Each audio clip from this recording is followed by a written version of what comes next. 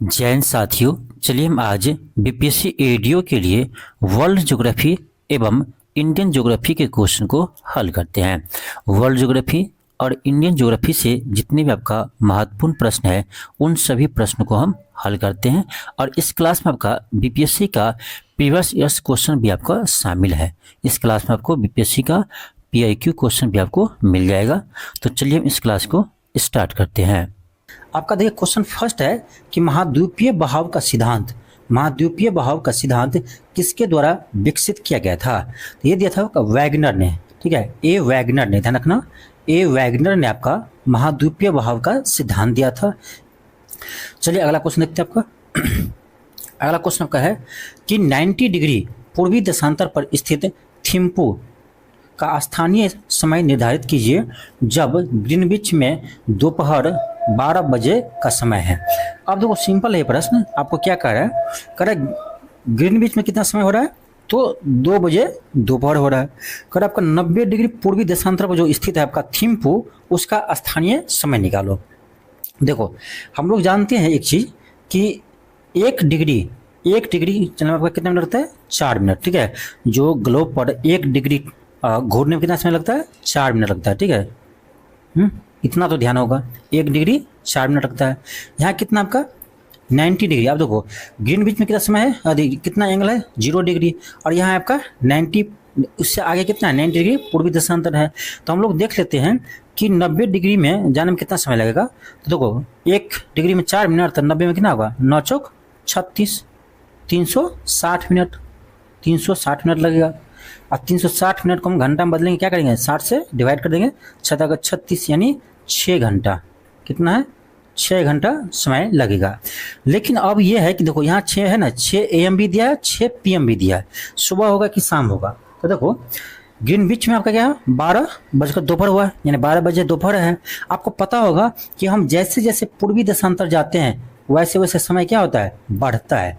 पूर्वी देशांतर के समय क्या होता है, बढ़ता है, और जैसे जैसे पश्चिमी देशांतर में जाते हैं तो आपको इन समय क्या होता है, घटता है, ठीक है। तो पूर्वी देशांतर की ओर जा रहा है आगे, तो इसका मतलब समय क्या होगा, प्लस में होगा, बढ़ेगा।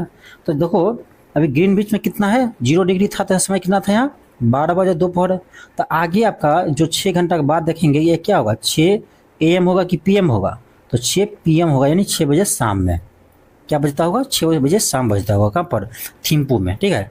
तो आई होप आपको समझ में आ गया होगा। कुछ नहीं किया, हम देख लिए कि ग्रीनविच और ये जो आपको पूछ रहा है उसके बीच में कितना डिग्री का फर्क है। तो ये यहाँ 0 है, यहाँ 90 है, तो 90 डिग्री का ही अंतर है।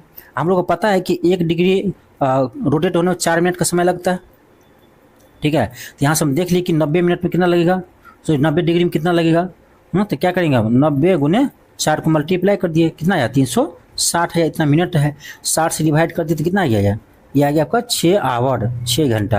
अब 6 घंटा आगे होगा कि पीछे होगा, ये इस पर डिपेंड करता है, ठीक है। तो पूर्वी देशांतर है, आपको पता होगा जैसे जैसे हम पूर्व की जाते हैं वैसे वैसे क्या होता है आपका, पूर्वी देशांतर की ओर जाते हैं वैसे वैसे समय क्या होता है, बढ़ता है, ठीक है। तो हम यहाँ 12 था, तो 12 से 6 आगे होगा, तो 6 बजे PM होगा शाम में, ठीक है।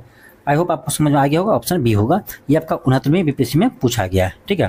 देखो न्यूमेरिकल क्वेश्चन ना ज्योग्राफी का आसान होता है, आपको छोड़ना नहीं एग्जाम में। अगला क्वेश्चन का है कि भौगोलिक अपर्दन चक्र की संकल्पना इनमें से किसने किया था, यानी अपर्दन चक्र का प्रतिपादन किसने किया है। तो ये भी आपको मिल जाएगा क्लास 11th के एनसीईआरटी में। ये क्या आपका किया है, डेविस, ठीक है, WM डेविस ने। ऑप्शन आपका बी होगा, डेविस का अपर्दन चक्र, ये आपका क्लास 11th में एक टॉपिक है, उसको पढ़ लीजिएगा। अगला क्वेश्चन आपका है कि पेंजिया से टूटे हुए दक्षिणी महाद्वीप को क्या कहते हैं। ये भी आपके क्लास 11th के एनसीईआरटी में दिया है, कल हम आपको पढ़ा चुके हैं, ठीक है। तो एक बार जो आपको हम कल एनसीईआरटी क्लास करवाए थे 11th वाले आपका ज्योग्राफी का, उसे आप जरूर देख लीजिए। वर्ल्ड ज्योग्राफी का आपका एक भी प्रश्न नहीं छूटेगा, ठीक है। कल जो क्लास करवाए उससे एक बार देख लीजिए। पेंजिया को टूटे हुए दक्षिणी महाद्वीप को क्या कहते हैं। देखो पेंजिया जो था, ऐसे मान लो कोई पेंजिया है, पेंजिया जो आपका टूटा, तो जो इसका उत्तरी भाग है, ठीक है, उत्तरी भाग जो है उसको नाम दिया गया आपका लॉरेंसिया। क्या नाम दिया, लॉरेंसिया। ये भी आ सकता है आपके एग्जाम में, ठीक है। और इसका जो दक्षिणी भाग है उसका नाम दिया आपका गोंडवाना लैंड, ठीक है, गोंडवाना लैंड। गोंडवाना लैंड, ठीक है। ये पूछा था कि ये पेंजिया के टूटे हुए दक्षिण महाद्वीप को क्या कहते हैं, तो गोंडवाना लैंड, ठीक है। उत्तरी को लॉरेंसिया, ध्यान रखना। ये भी क्वेश्चन क्लास 11th के एनसीईआरटी से है।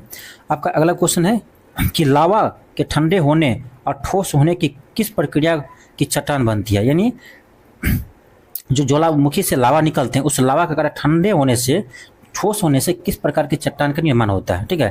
तो ये होता है आपका अग्निय चट्टान, इसी को बोलते हैं इग्नियस, ठीक है। ऑप्शन ए होगा। ये आपका 17वीं बीपीएससी में पूछा था इस बार। आपका अगला क्वेश्चन है कि लगातार नई परत जोड़ने वाली प्रक्रिया निम्न में से कौन सी है, तो ये उसे हम कहते हैं समुद्र तल का फैलाव। ऑप्शन नंबर डी होगा। इसका भी प्रूफ दिखा चुके हैं आपको पिछले क्लास में। आपका अगला क्वेश्चन है कि विश्व का सर्वाधिक लंबी पर्वत श्रृंखला कौन सी है, तो यह आपका एंडीज, ठीक है। विश्व का सर्वाधिक लंबी पर्वत श्रृंखला पूछे तो आपका एंडीज होगा, ठीक है। ऑप्शन बी होगा। आपका नेक्स्ट क्वेश्चन आपका है कि हमारी आकाशगंगा के केंद्र की परिक्रमा करने में सूर्य को कितना समय लगता है, तो याद रखना लगभग 25 करोड़ वर्ष लगता है, ठीक है। ऑप्शन सी होगा। आगे बढ़ते अगला क्वेश्चन है कि जिस तारामंडल के तारे ध्रुव तारे की ओर संकेत करते हैं वो क्या है, उसे बोलते हैं सप्तऋषि। ऑप्शन ए होगा। नेक्स्ट क्वेश्चन का है, तो क्वेश्चन बहुत ज़्यादा है इसलिए थोड़ा फास्ट चलेंगे, ठीक है। ये समझिए ये आपका एक तरह से ये आपका एक तरह से क्विक रिवीजन के लिए क्लास करवा रहे हैं, ठीक है, आपके रिवीजन के लिए। ब्रह्मांड में पल्सर क्या है, ब्रह्मांड में पल्सर क्या है, तो ये ध्यान रखना, यह धूमकेतु न्यूट्रॉन तारे है। क्या है, धूमकेतु न्यूट्रॉन तारे है। ऑप्शन क्या होगा, सी होगा, ठीक है। ऑप्शन सी होगा। आगे बढ़ते अगला क्वेश्चन है, क्वेश्चन आपका निम्नलिखित में से कौन सा सौर मंडल का भाग नहीं है। देखो सौर मंडल में आपका शत्रु ग्रह धूमकेतु आते हैं, लेकिन ये निहारिका नहीं आते हैं, ठीक है, निहारिका नहीं आते हैं। तो ऑप्शन आपका डी हो जाएगा। इसका आंसर क्या होगा, डी होगा। आपका अगला क्वेश्चन है कि वैज्ञानिक जिन्होंने सर्वप्रथम खोज की कि पृथ्वी सूर्य के चारों ओर घूमती है, यानी वह वैज्ञानिक कौन है जिन्होंने सर्वप्रथम खोज किया था कि पृथ्वी सूर्य के चारों ओर घूमती है, तो यह है आपका कॉपरनिकस, ठीक है, कॉपरनिकस। ऑप्शन क्या होगा, सी होगा।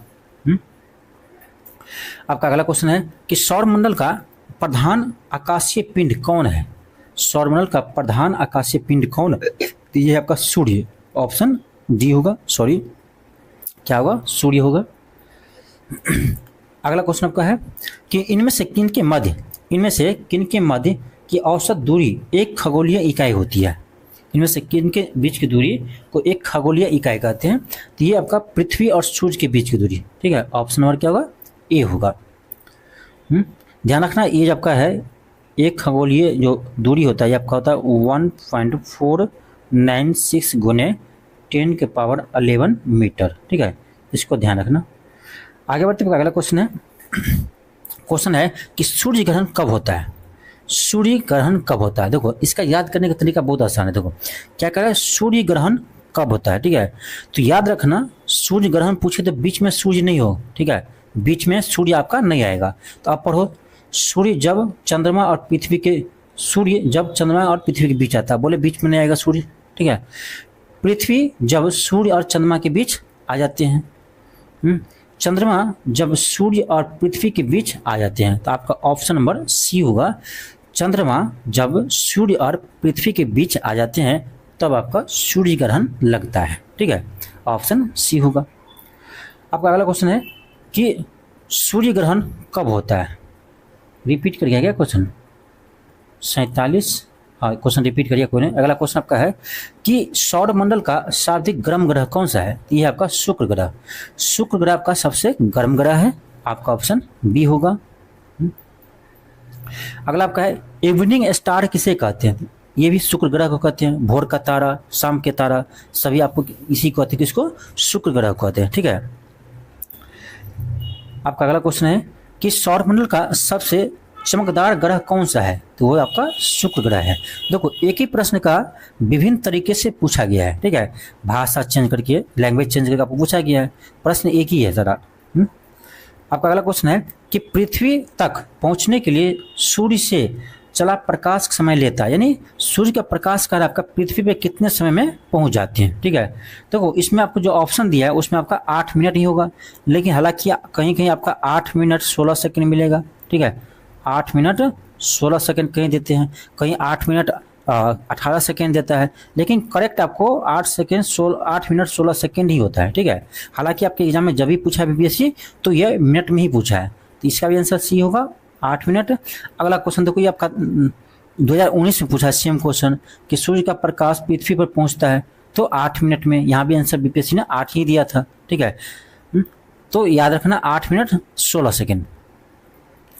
आपका अगला क्वेश्चन है पृथ्वी को सूर्य की परिक्रमा करने में लगते हैं कितना समय लगते हैं, पृथ्वी को सूर्य की परिक्रमा करने में कितने समय लगते हैं। देखो यहाँ पर आपको ना करेक्ट ऑप्शन दिया है। ठीक है, आप 365 तो आपको पता होगा, लेकिन 365 और कितना दिन, तो ये यहाँ पर आपको जगह ऑप्शन बी 365.25 दिन। ठीक है, 365.25 दिन।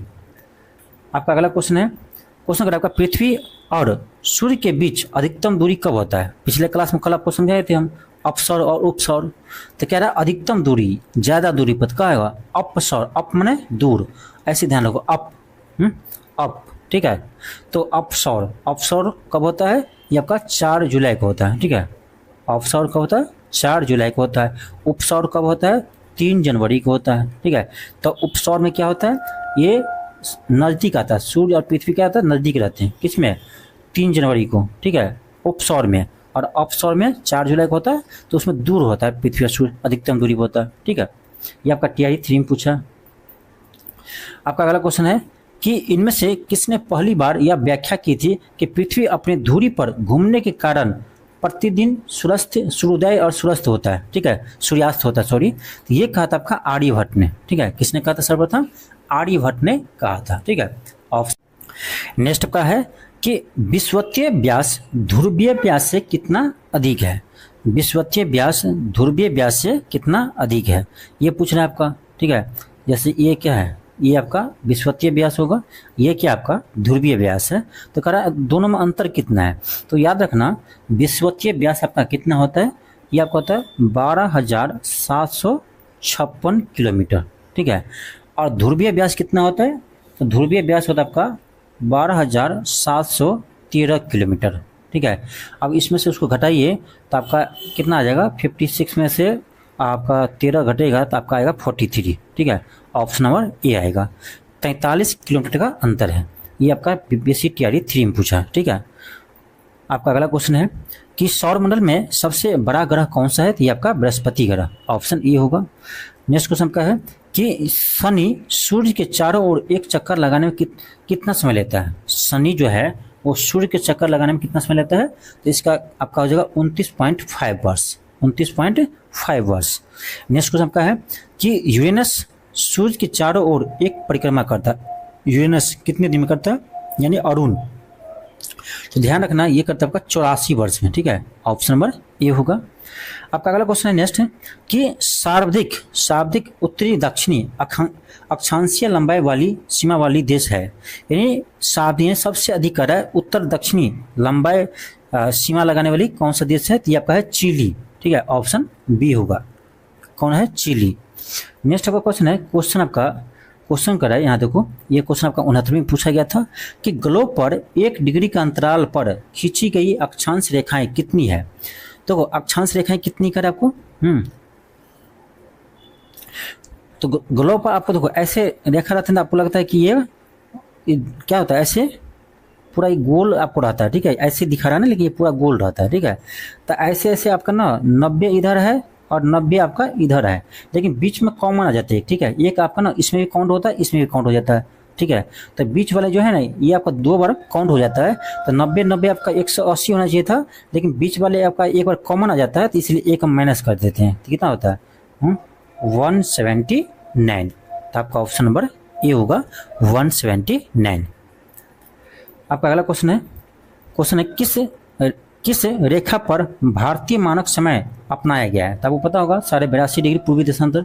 ठीक है, 82.5 डिग्री पूर्वी देशांतर क्या कहते हैं, भारत का मानक समय रेखा है। ठीक है, 82.5 डिग्री पूर्वी देशांतर, ऑप्शन बी होगा। आपका अगला क्वेश्चन है कि कौन सा देशांतर प्रधान यमकतर के साथ मिलने वाले ग्लोब पर बृहद वृत्त का निर्माण करता है। ठीक है, क्या होगा आपका? ऑप्शन डी होगा, 180 डिग्री। ऑप्शन डी होगा। नेक्स्ट क्वेश्चन आपका है क्वेश्चन, काहिरा का समय ग्रीनविच से 2 घंटा आगे है। अब देखो, एक शहर है आपका काहिरा,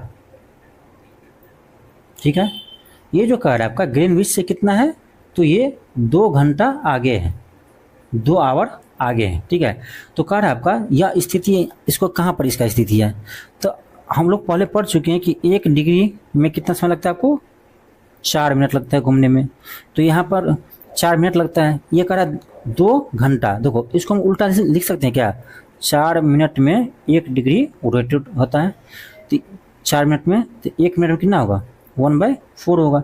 अब कह रहा 2 घंटा कितना मिनट होता है, 120 मिनट होता है, तो क्या करेंगे 1/4 गुने 120 कर दो, कितना आएगा, आपका आएगा कितना, ये आएगा 30 छुका 120, कितना गया, 30 डिग्री आ गया, यानी कितना डिग्री रोटेट होगा, 30 डिग्री रोटेट होगा।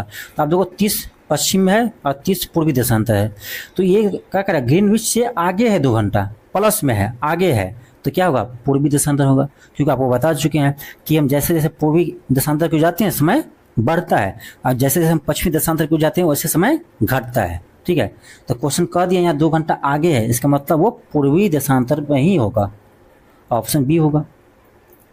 आपका अगला क्वेश्चन है कि अंतर्राष्ट्रीय दिनांक रेखा खींची जाती है, अंतर्राष्ट्रीय दिनांक रेखा खींची जाती है, याद रखना ये आपका ना प्रशांत महासागर से खींची है। ठीक है, प्रशांत महासागर से। ऑप्शन क्या होगा आपका, ऑप्शन सी होगा। क्या होगा आपका, ऑप्शन सी होगा। आपका अगला क्वेश्चन है किस स्थान पर मानक समय निर्धारित करने का आधार होता है, किस स्थान पर होता है, तो ये तो आपको पता ही होगा। क्या होगा, प्रधान मध्याह्न रेखा, ऑप्शन नंबर डी होगा। आपका अगला क्वेश्चन है कि दक्षिणी गोलार्ध में सबसे बड़ा दिन कब होता है। देखो, दक्षिणी गोलार्ध में सबसे बड़ा दिन कब होगा, जब आपका उत्तरी गोलार्ध में सबसे छोटा दिन होगा। ठीक है, उत्तरी गोलार्ध में आपका जिस दिन सबसे छोटा दिन होगा उसी दिन आपका दक्षिणी गोलार्ध में सबसे बड़ा दिन होगा। ये होता है आपका 22 दिसंबर को। ठीक है, 22 दिसंबर को दक्षिणी गोलार्ध में सबसे बड़ा दिन होगा, क्योंकि उस दिन उत्तरी गोलार्ध में सबसे छोटा दिन होता है। ठीक है, तो क्या हो जाएगा आपका, ऑप्शन इसका हो जाएगा बी। क्या होगा आपका, ऑप्शन आपका बी हो जाएगा। ठीक है, चलिए आगे बढ़ते हैं। आपका अगला क्वेश्चन है कि उत्तरी गोलार्ध में, आप देखो पूछ दिया, उत्तरी गोलार्ध में वर्ष का सबसे छोटा दिन कौन होता है। अब देखो, उत्तरी गोलार्ध में छोटा दिन, इसका मतलब दक्षिणी गोलार्ध में सबसे बड़ा दिन। अब ये तो हम लोग देखे थे 22 दिसंबर को। ऑप्शन क्या होगा, बी होगा। दोनों प्रश्न आपका एक ही है, खाली पूछने का तरीका अलग अलग है। ठीक है, पूछने का तरीका अलग है। उत्तरी गोलार्ध में सबसे बड़ा दिन कब होता है, उत्तरी गोलार्ध में आपसे पूछे कि सबसे बड़ा दिन कब होता है, तो 21 जून को, ध्यान रखना 21 जून को आपका सबसे बड़ा दिन होता है। ठीक है, उत्तरी गोलार्ध में। आपका अगला क्वेश्चन है कि महाद्वीप अलग कैसे हुए, महाद्वीप अलग कैसे हुए। देखो, ज्वालामुखी फटने से, विवर्तनिक क्रिया से, चट्टानों के वलय और घर्षण से, तो सारा हो जाएगा, इसका कारण सभी है, ऑप्शन डी हो जाएगा, उपयुक्त सभी। आपका अगला क्वेश्चन है कि पृथ्वी के आंतरिक परत नीफे के निर्माण में किन तत्वों का प्रचुरता है। ये भी आपका ना क्लास 11th में ही मिलेगा, एनसीईआरटी क्लास 11th का है। आपका जो भौतिक भूगोल का जो बुक है उसको पढ़िएगा। ठीक है, इसी में आपका ये भी है। तो नीफे, देखो नाम से ही क्लियर है, आपको इसमें पढ़ने की जरूरत ही नहीं था। नीफे आप लिख लेते थे, नीफे। Na4 निकेल, Fe4 फेरस कहिए या फेरम कहिए, तो ऑप्शन आपका डी हो जाएगा। ठीक है, निकेल और लोहा होता है। ठीक है, ऑप्शन डी होगा। आपका अगला क्वेश्चन है कि जियोडेसी वह विज्ञान है जो संबंधित है, किससे संबंधित है, तो पृथ्वी के आयाम की माप से, पृथ्वी के डायमेंशन को मापते हैं आपका जियोडेसी में, ऑप्शन बी होगा। नेक्स्ट क्वेश्चन आपका है क्वेश्चन, कोकस प्लेट किनके मध्य पाई जाती है। तो कोकस प्लेट आपका मध्य अमेरिका तथा प्रशांत प्लेट के बीच पाया जाता है। ठीक है, आपका अगला क्वेश्चन है कि वलन क्रिया किसका परिणाम है, वलन क्रिया जो है वह किसका परिणाम है, तो आपका ऑप्शन नंबर सी होगा, पर्वत निर्माणकारी बल, पर्वत निर्माणकारी बल। ऑप्शन क्या होगा, तो बी होगा। सॉरी सी होगा, बी नहीं सी होगा। नेक्स्ट आपका क्वेश्चन है कि संयुक्त राज्य अमेरिका का राष्ट्र वॉयल निम्नलिखित में से किस प्रदेश से संबंधित है? याद रखना ग्रेट लक्स प्रदेश और आपका पीटर्सबर्ग प्रदेश से संबंधित है, इसलिए इसका ई होगा आंसर उपयुक्त में से एक से अधिक। आपका अगला क्वेश्चन है कि अवसादी शैलों के लिए निम्नलिखित में से कौन सा कथन सत्य है? अवसादी शैलों के लिए कौन सा कथन सत्य है? याद रखना ये जो है ये शैलें स्तरों में निक्षेपित होते हैं, ठीक है, ऑप्शन सी होगा। आपका अगला क्वेश्चन है कि निम्नलिखित चट्टानों में से कौन सा कायांतरिक चट्टान नहीं है? निम्न में से कौन सा कायांतरिक चट्टान नहीं है? देखो क्वार्जाइट है, नीस है, लेकिन डोलोमाइट नहीं है, ठीक है। डोलोमाइट जो है वो आपका कायांतरिक चट्टान नहीं है, ये एक परतदार चट्टान है, ठीक है, परतदार चट्टान। आपका अगला क्वेश्चन है अग्नीय चट्टान के लिए निम्नलिखित में से कौन सा कथन सत्य है? अग्नीय चट्टान के लिए कौन सा कथन सत्य है? तो देखा जाए तो इसका ऑप्शन सी हो जाएगा। वे क्रिस्टलीय तथा अक्रिस्टलीय दोनों ही होती है, नहीं दोनों रूप में होते हैं, क्रिस्टलीय भी होते हैं और अक्रिस्टलीय भी होते हैं। आपका अगला क्वेश्चन है कि खनिज निम्नलिखित में से किस चट्टान के स्तर में जमा होता है? खनिज जो होता है वो कौन से चट्टान में मिलते हैं, ठीक है, मैक्सिमम केस में आपका ये कौन से चट्टान में मिलते हैं? ध्यान रखना ये आपका अवसादी चट्टान मिलते हैं, ठीक है, ऑप्शन ए होगा। ये आपका बीपीएससी टीआरडी में पूछा है। आपका अगला क्वेश्चन है कि माउंट एटना क्या है? कि यह एक प्रकार की ज्वालामुखी है, ठीक है, ऑप्शन सी होगा। माउंट एटना क्या है? तो एक प्रकार की ज्वालामुखी है। आपका अगला क्वेश्चन है कि मोना लाओ उदाहरण है। मोना लाओ किसका उदाहरण है? यह एक सक्रिय ज्वालामुखी का उदाहरण है, ऑप्शन ए होगा, सक्रिय ज्वालामुखी। नेक्स्ट क्वेश्चन आपका है आर्कटिक क्षेत्र अंटार्कटिक महाद्वीप के किसके निकट स्थित है? ठीक है, आर्कटिक क्षेत्र और अंटार्कटिक का महाद्वीप किसके निकट स्थित है? तो आपका जो ऑप्शन सी उत्तरी और दक्षिणी ध्रुव। आपका अगला क्वेश्चन है कलिमंजारो है क्या है? कलिमंजारो क्या है? यह एक वोल्केनो है, ठीक है, ऑप्शन ए होगा। आपका अगला क्वेश्चन है कि निम्नलिखित में से कौन सा विश्व का सबसे बड़ा ज्वालामुखी है जो 38 वर्षों के बाद पहली बार फूटा था? ये आपका हालांकि करेंट अफेयर का क्वेश्चन है, ठीक है, ये आपका 68वें बीपीएससी में आया था। हालांकि इसको हम कह सकते हैं करेंट अफेयर का प्रश्न है, लेकिन फिर भी आप इसका ध्यान रखिए। आपका ऑप्शन सी होगा मौना लाओ, ठीक है, ऑप्शन क्या होगा? सी होगा। आपका अगला क्वेश्चन है कि कोकस प्लेट किन के मध्य पाई जाती है? इससे पहले भी आया था फिर आ गया, तो मध्य अमेरिका और प्रशांत प्लेट के बीच कोकस प्लेट। अगला क्वेश्चन आपका है कि निम्नलिखित में से कौन सा भूकंप की गहनता को मापने के लिए उपयोग में लाते हैं? यह आपका है मरकली पैमाना। मरकली पैमाना का यूज किस में करते हैं? हम भूकंप की गहनता को हम मापते हैं। आपका नेक्स्ट क्वेश्चन आपका है कि इनमें से किस महाद्वीप में सबसे अधिक देश है? तो अफ्रीका में आपका सबसे अधिक देश है, ठीक है, अफ्रीका महाद्वीप में आपका सबसे अधिक देश है, कितना है? 54 है। सेकेंड में आपका एशिया आता है, एशिया में आपका कितना है? 49 देश है, ठीक है। आपका अगला क्वेश्चन है कि निम्नलिखित में से किस महाद्वीप का भूभाग सबसे कम है? इन सबसे छोटा महाद्वीप कौन सी है? ये आपका ऑस्ट्रेलिया महाद्वीप है, ठीक है, ऑस्ट्रेलिया महाद्वीप आपका सबसे छोटा महाद्वीप है। चलिए आगे बढ़ते हैं। आपका अगला क्वेश्चन है निम्नलिखित में से कौन सा महाद्वीप क्षेत्रफल के अनुसार सबसे बड़ा है? क्षेत्रफल की दृष्टि सबसे बड़ा आपका एशिया है, लेकिन एशिया इस ऑप्शन में नहीं है, तो आप अफ्रीका को लगाइए, ठीक है, ऑप्शन क्या होगा? बी होगा। एशिया यदि आपका ऑप्शन में नहीं है तो क्या करेंगे? अफ्रीका को लगाएंगे, क्योंकि उसके बाद आपका सेकेंड पर अफ्रीका ही आता है, ठीक है। आपका अगला क्वेश्चन है कि विश्व की सबसे ऊंची चोटियां किस प्रकार के पर्वतों में पाई जाती हैं? विश्व की सबसे ऊंची चोटियां जो है वो किस प्रकार के पर्वत में पाई जाती है? बहुत ही अच्छा प्रश्न है। तो ये जो आपका है ना, नवीन मोरदार पर्वत में पाए जाते हैं, ठीक है, ऑप्शन बी होगा, नवीन मोरदार पर्वत। आपका अगला क्वेश्चन है कि विश्व की सर्वाधिक लंबी पर्वत श्रृंखला कौन सी है? आपका एंडीज है, ऑप्शन बी होगा। आपका अगला क्वेश्चन है कि निम्नलिखित में से किसके साथ एंडीज फैला हुआ है?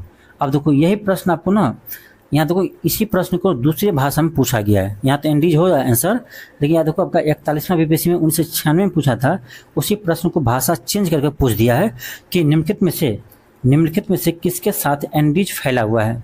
ये आपका है दक्षिण अमेरिका के पश्चिमी तट पर, दक्षिण अमेरिका के पश्चिमी तट पर, ऑप्शन डी होगा। ये इस बार पूछा है। आपका अगला क्वेश्चन है कि पेनानाइन, अल्पेशियन, अरावली किसका उदाहरण है। ये सभी आपका जो है ये पुरानी पर्वत श्रृंखला के उदाहरण है, ऑप्शन क्या होगा, बी होगा। आगे बढ़ते आपका अगला क्वेश्चन है कि यूरोप में पिरेनीज पर्वत श्रृंखला किन दो देशों को अलग करती है। यूरोप में पिरेनीज पर्वत श्रृंखला कर कौन दो देशों को अलग करती है, यानी किन दो देशों को अलग करती है। तो याद रखिए आपका स्पेन और फ्रांस को अलग करती है, ठीक है, ऑप्शन ए होगा, स्पेन और फ्रांस को अलग करते हैं। आपका अगला क्वेश्चन है कि इनमें से सबसे लंबी पर्वत श्रृंखला कौन सी है। आपका जो ऑप्शन दिया हुआ है उस ऑप्शन में आपको बताना दे करके कि सबसे लंबी पर्वत श्रृंखला कौन सी है, तो आपको जो रॉकी। आपका अगला क्वेश्चन है कि संसार की छत किसे कहते हैं, तो ये पामीर का पठार कहते हैं, ठीक है, ऑप्शन सी होगा, पामीर का पठार। अगला क्वेश्चन आपका है कि पृथ्वी पर मरुभूमि होने की संभावना अधिक रहती है। पृथ्वी पर मरुभूमि होने की संभावना कहाँ पर अधिक रहती है, ठीक है, याद रखना 23 डिग्री अक्षांश से पास, 23 डिग्री अक्षांश से पास, ऑप्शन बी होगा। अगला क्वेश्चन आपका गोबी मरुस्थल कहाँ पर है, गोबी मंगोलिया में है, कहाँ पर है, गोबी मरुस्थल आपका मंगोलिया में है, तो आपका ऑप्शन नंबर सी हो जाएगा, मंगोलिया। नेक्स्ट क्वेश्चन आपका है कि ग्रेट विक्टोरियन मरुस्थल कहाँ पर स्थित है, तो ग्रेट विक्टोरियन ये है आपका ऑस्ट्रेलिया में, ऑप्शन ए होगा। अगला क्वेश्चन का है तकला मखान मरुस्थल कहाँ पर है, ये आपका चीन में है, ऑप्शन नंबर बी होगा। तकला मकान जो आपका तकला मकान मरुस्थल कहाँ पर है, ये आपका चीन में है। नेक्स्ट आपका क्वेश्चन है रेगिस्तानी क्षेत्र में मशरूम शैल का निर्माण किसका उदाहरण है, ये आपका अपघर्षण का उदाहरण है, ऑप्शन ए होगा। आपका नेक्स्ट क्वेश्चन है कि विश्व का सबसे सूक्ष्म रेगिस्तान कौन सा है, विश्व का सबसे सूक्ष्म रेगिस्तान कौन सा है, ये आपका ध्यान रखना आटाकामा, ऑप्शन क्या होगा, डी होगा, ठीक है, आटाकामा जो है आपका सबसे सूक्ष्म है, आटाकामा क्या आपका सबसे सूक्ष्म है रेगिस्तान है। आपका अगला क्वेश्चन है कि दक्षिण अमेरिका महाद्वीप का सबसे प्राचीन पर्वत कौन सा है, ठीक है, आपको जो ऑप्शन ए पाइकारेस्मा, ठीक है, ऑप्शन क्या होगा, ए होगा। आपका अगला क्वेश्चन है कि निम्नलिखित में से विकल्पों से बेजोड़ सही जोड़े का चयन कीजिए जो अलग है। गोबी कहाँ पर, मरुस्थल मंगोलिया में है, थार भारत में है, सहारा अफ्रीका में है, कालाहारी ये आपका अमेरिका में नहीं है, ठीक है, तो ऑप्शन आपका बी हो जाएगा। कालाहारी कहाँ पर है, तो ये आपका कालाहारी जो है वो दक्षिण अफ्रीका में है। कालाहारी कहाँ के मरुस्थल है, तो ये आपका है दक्षिण अफ्रीका के मरुस्थल है।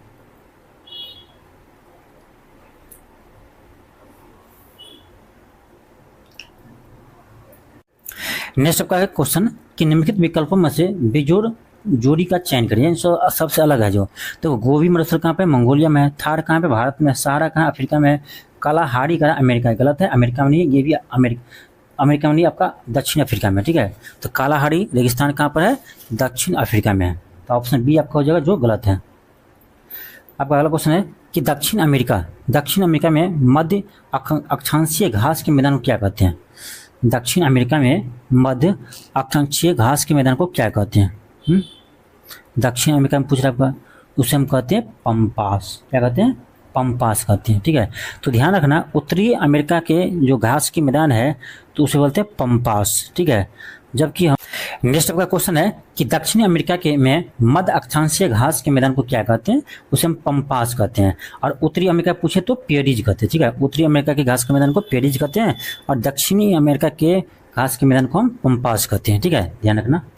आपका अगला क्वेश्चन है कि निम्नलिखित में से कौन सा उष्ण कटिबंधीय घास के मैदान है, ये आपको दिखाए थे एनसीईआरटी के क्वेश्चन है, सवाना, ऑप्शन बी होगा। आपका अगला क्वेश्चन है कि ब्राजील के पठार के पास मैदान को क्या कहते हैं, ब्राजील के पठार के पास है मैदान के भाग को हम क्या कहते हैं, उसे हम कहते हैं ठीक है, कंपोज, ऑप्शन बी होगा। आपका अगला क्वेश्चन है कि सबसे बड़ी तटीय रेखा किस देश की है, तो आपको पता होगा कनाडा की, ठीक है। कनाडा जो है विश्व का सबसे लंबी तटीय रेखा वाला देश है, आपका ऑप्शन सी होगा। आपका अगला क्वेश्चन है इजराइल की उपनिष्ठ सीमा है, इजराइल की सीमा किन किन देश से लगता है। अब देखो इजराइल अभी आपका चर्चा में है क्योंकि इजराइल बहुत सारे देश से युद्ध लड़ रहा है, ठीक है। तो इजराइल का प्रश्न हो सकता है ये रिपीट करते हैं बीपीएससी अपने में से, ठीक है। तो ध्यान रखना इजराइल जो आपका है वो सीमा लगाते हैं किससे, लेबनान से लगाते हैं, सीरिया से लगाते हैं, जॉर्डन से लगाते हैं और मिस्र के साथ लगाते हैं, ठीक है। तो ये नाम ध्यान रखना आ सकता है फिर से क्वेश्चन। आपका अगला क्वेश्चन है कि निम्नलिखित में से किस देश की मृत सागर के साथ भूमि सीमा नहीं है। आपका कौन सा देश है जो मृत सागर के साथ भूमि नहीं लगाते हैं? मृत सागर के साथ भूमि नहीं, देखो मृत सागर के साथ आपका जॉर्डन और इजराइल जो है वो भूमि लगाते हैं, जबकि लेबनान और फिलिस्तीन जो है वो आपका मृत सागर से भूमि नहीं लगाते हैं। इसका आंसर क्या होगा, आपका ए और डी दोनों होगा, इसलिए ऑप्शन ई होगा, उपयुक्त में से एक से अधिक। आपका अगला क्वेश्चन है कि निम्नलिखित में से कौन सा भौगोलिक क्षेत्र की दृष्टि से सीमा रहित सबसे बड़ा देश है। ये सीमा रहित सबसे बड़ा देश कौन सा है, तो ये आपका जापान, ठीक है, ऑप्शन सी होगा। नेक्स्ट आपका क्वेश्चन है कि शाब्दिक उत्तरी दक्षिणी अक्षांशीय लंबाई वाली देश कौन सा है, ठीक है। तो ये आपका ध्यान रखना, इसका जो चिली, ऑप्शन बी होगा। आपका अगला क्वेश्चन है करा यूएई के रियासती राज्य है, यानी यूएई जो है वो किससे मिलकर बना हुआ है, तो इसका नाम ध्यान रखो, Abu Dhabi, Dubai, Sharjah, Ajman, Umm Al Quwain, Fujairah, Ras Al खैमा, इन सभी से मिलकर यूएई कहलाते हैं, ठीक है, ऑप्शन बी होगा। आपका अगला क्वेश्चन है कि कौन सा देशांतर कनाडा और अलास्का को अलग करती है, तो याद रखना 141 डिग्री, ठीक है, 141 डिग्री। ये आपका है, देखो 17वीं बीपीएससी के एग्जाम में पूछा है। आपका अगला क्वेश्चन है कि निम्न में से कौन सा स्थलरूप देश है, निम्न में से कौन सा देश जो है स्थलरूप, इसका मतलब क्या होता है कि वह समुद्र से लगा हुआ देश ने केवल मिट्टी यानी स्थल से ही सीमा लगाते हैं दूसरे देश के साथ, ठीक है, यानी वो समुद्र से अपना सीमा नहीं लगाती, उसी को बोलते हैं स्थलरूप देश। जैसे अपना पड़ोसी नेपाल है, नेपाल क्या है तो स्थलरूप देश है ना, वो किसी भी समुद्र से सीमा नहीं लगाती है। इसी कारण है कि नेपाल आज पीछे है, ठीक है, क्योंकि समुद्र से यदि बॉर्डर नहीं लगाता है तो व्यापार नहीं हो पाएगा, ठीक है। अंतर्राष्ट्रीय व्यापार आपको ज़्यादा पता होगा समुद्र से ही ज़्यादा होता है, ठीक है। तो इसीलिए आपका कोई भी देश जो लैंड लॉक है यानी स्थलरूप देश है उसका विकास जल्दी नहीं हो पाता है। तो इसमें क्या आपका इनमें से कौन सा स्थलरूप देश है, ठीक है, तो ये आपका होगा हंगरी, ऑप्शन क्या होगा, बी होगा, हंगरी।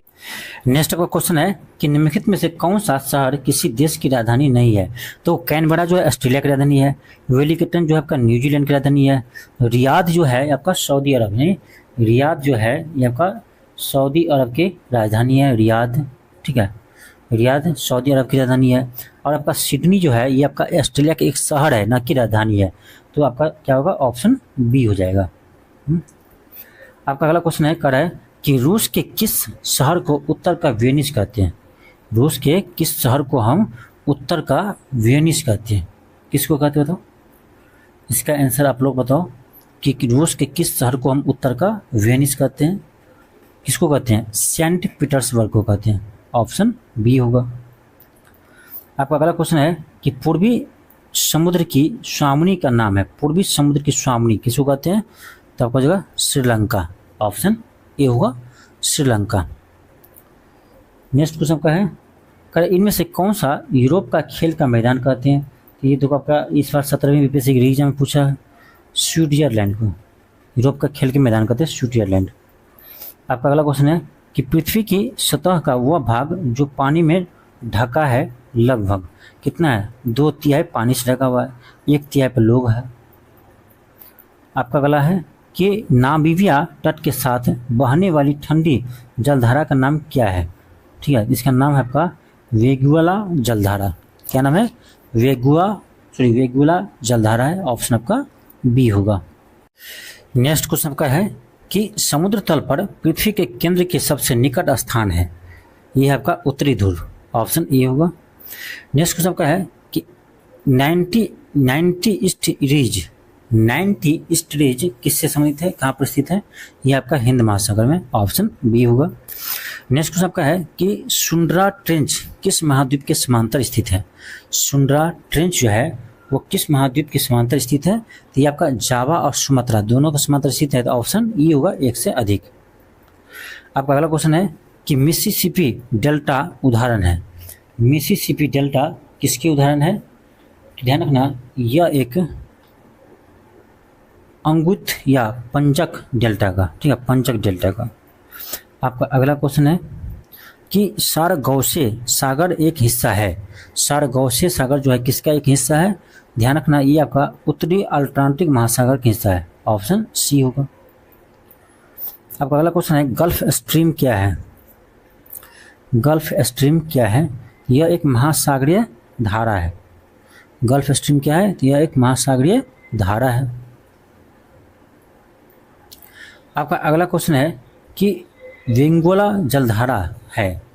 वेंगोला जलधारा है, देखो आपका ऑप्शन डी होगा, दक्षिण अफ्रीका के पश्चिमी तट पर प्रवाहित होने वाली ठंडी जलधारा।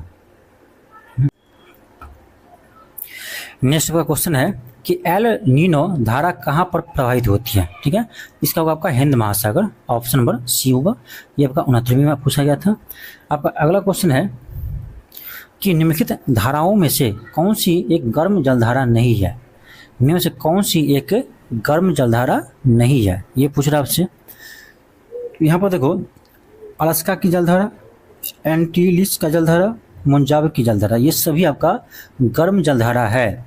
जब ये कौन सा गर्म जलधारा नहीं है, तो आपका ऑप्शन डी होगा, इनमें से कोई नहीं, क्योंकि सभी आपका गर्म जलधारा ही है। और आपसे पूछा था कौन गर्म जलधारा नहीं है, तो आपका आंसर क्या होगा, ऑप्शन डी होगा, ठीक है, ऑप्शन क्या होगा आपका डी होगा। आगे बढ़ते हैं, आपका अगला क्वेश्चन है, क्वेश्चन पर आपका सागरीय लवणता का मुख्य स्रोत क्या है। सागरीय लवणता की मुख्य स्रोत क्या है, ये आपका भूमि ही है, ठीक है, ऑप्शन बी होगा। तो आप लोग कहेंगे कि सर नदियाँ होगा, ठीक है, नदियाँ लेके आते हैं, लेकिन वो लवणता का भूमि में रहता है, इसलिए भूमि में पानी के साथ वो ही आ जाता है वहाँ पर, ठीक है, तो आपका भूमि ही होगा, बीपीएससी भूमि ही आंसर दिया है। आपका अगला क्वेश्चन है कि अरब सागर की पानी की औसतन खारापन कितना है, यानी औसतन लवणता कितनी है, ठीक है, इसका ध्यान रखना 35 पीपीटी।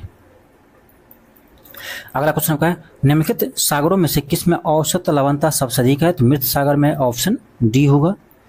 आपका अगला क्वेश्चन है कि महासागर में ऊंची जल तरंगें कैसी होती है, तो ये आपको पता होना चाहिए। सूर्य और चंद्रमा के गुरुत्वाकर्षण बल के कारण ज्वार भाटा निकलते हैं, उसी में तरंग आपका ऊपर नीचे होते हैं, ठीक है, तो आपका ऑप्शन नंबर डी होगा। आपका नेक्स्ट क्वेश्चन है दक्षिणी अमेरिका का सबसे लंबी नदी कौन सी है, तो ये आपका अमेजन नदी, ऑप्शन बी होगा। नेक्स्ट क्वेश्चन का है बारहमासी नदियां में जल कहाँ से आते हैं, बारहमास, तो बर्फ के पिघलने से। जब वर्षा होता है तो वर्षा से पानी आते हैं, नहीं तो दूसरे टाइम में आपका बर्फ के पिघलने से आते हैं, ठीक है। जबकि जो महाद्वीपीय नदी होता है, ठीक है, तो वो आपका केवल वर्षा के जल ही आता है, वहाँ पर बर्फ होता नहीं, सो 12 मासी आपका पानी आए। तो जो पहाड़ से निकलती है नदियाँ वो आपका 12 मासी होते हैं, क्योंकि पहाड़ में जो बर्फ़ होते हैं वहाँ पर बर्फ़ से पिघल कर भी पानी आते हैं, बरसात में पानी आता ही है। तो आपका क्या होगा, ऑप्शन नंबर बी होगा, बर्फ़ के पिघलने से। आपका अगला क्वेश्चन है कि निम्नलिखित में से कौन सी नदियाँ हैं, देखो मरे और डार्लिंग ये आपका नदियाँ हैं, कहाँ की, ऑस्ट्रेलिया की, ठीक है, मरे और डार्लिंग ये आपका ऑस्ट्रेलिया की नदी है, ऑस्ट्रेलिया महाद्वीप की। नेक्स्ट का आपका क्वेश्चन है एक नदी विशिष्ट क्षेत्र से अपना जल वहा के लाती है, उस क्षेत्र को क्या कहते हैं, उसे हम कहते हैं जल ग्रहण क्षेत्र, ऑप्शन ए होगा। नेक्स्ट क्वेश्चन आपका है कि निम्नलिखित शहरों में से कौन सा सीन नदी के किनारे स्थित है, ये आपका 17वीं में पूछा है। ये आपको बताना है पेरिस, फ्रांस की जो राजधानी पेरिस है वो आपका किस नदी पर, सीन नदी के किनारे स्थित है। अगला क्वेश्चन क्या है, सीन नदी किस नगर से होकर गुजरती है। अब उल्टा क्वेश्चन पूछ दिया तो पेरिस नगर से। अब सोच सकते हैं कि 38वां बीपीएससी के क्वेश्चन को अभी आपका बीपीएससी 17वें बीपीएससी में पूछा है, ठीक है। आप देख सकते हो कितने पुराने क्वेश्चन को बीपीएससी रिपीट कर देता है। अब चलो अगला आपको कुछ दिया है, यहाँ पर मैच करना है, एक साइड दिया है शहर, दूसरी साइड दिया है नदी, ठीक है। अब देखो अभी देखे थे हम पेरिस सीन नदी पर किनारे है, ठीक है। सीन नदी किनारे कौन है आपका, पेरिस सीन नदी के किनारे, ठीक है। बुडापेस्ट को याद रखना, क्योंकि बुडापेस्ट के आपका अलग से पूछते हैं, तो ये आपका डेन्यूब नदी के किनारे पर है, ठीक है। डेन्यूब नदी के किनारे पे आपका है, हाँ? आपका वाशिंगटन किस नदी पे है, तो ये आपका पोटामिक नदी के किनारे है, वाशिंगटन डीसी जो अमेरिका की राजधानी है, ठीक है। इसका हो जाएगा आपका डेन्यूब हो जाएगा, सॉरी पोटामिक हो जाएगा।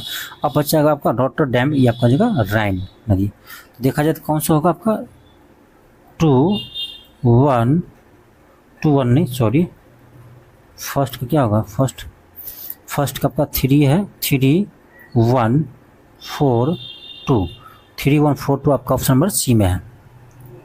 आपका नेक्स्ट क्वेश्चन है कि विश्व का बृहत्तम डेल्टा निर्मित होता है, आपको पता ही होगा, गंगा ब्रह्मपुत्र द्वारा, ठीक है। ऑप्शन नंबर क्या होगा, ए होगा, सुंदरबन डेल्टा जिसको कहते हैं। ग्रैंड कैनियन है, ग्रैंड कैनियन क्या है, एक गॉर्ज है, ऑप्शन क्या होगा, ए होगा, क्या है, एक गॉर्ज है। आपका अगला क्वेश्चन है कि स्टेलाकाइट और स्टेलाग्माइट आकृति बनती है किसके द्वारा, याद रखना भूमिगत जल के द्वारा बनता है, ठीक है। ऑप्शन बी होगा। नेक्स्ट आपका है कि ताइपो झील किस देश में स्थित है, ताइपो झील किस देश में स्थित है, तो याद रखना ये जब का है टाइपो झील, ये न्यूजीलैंड में है, ऑप्शन बी होगा।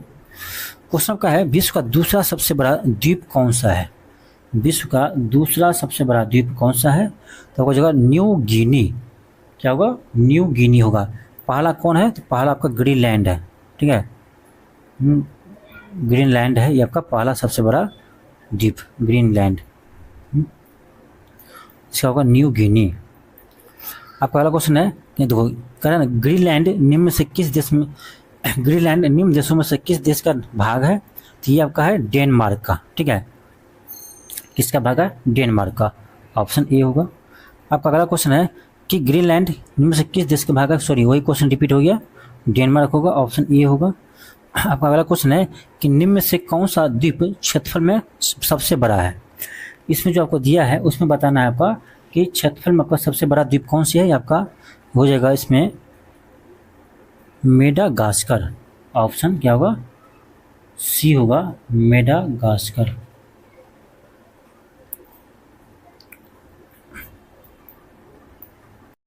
नेक्स्ट आपका है कि निम्न में से कौन सा द्वीप क्षेत्र में सबसे बड़ा है, तो आपका ऑप्शन ए होगा बोर्नियो द्वीप, ऑप्शन ए होगा।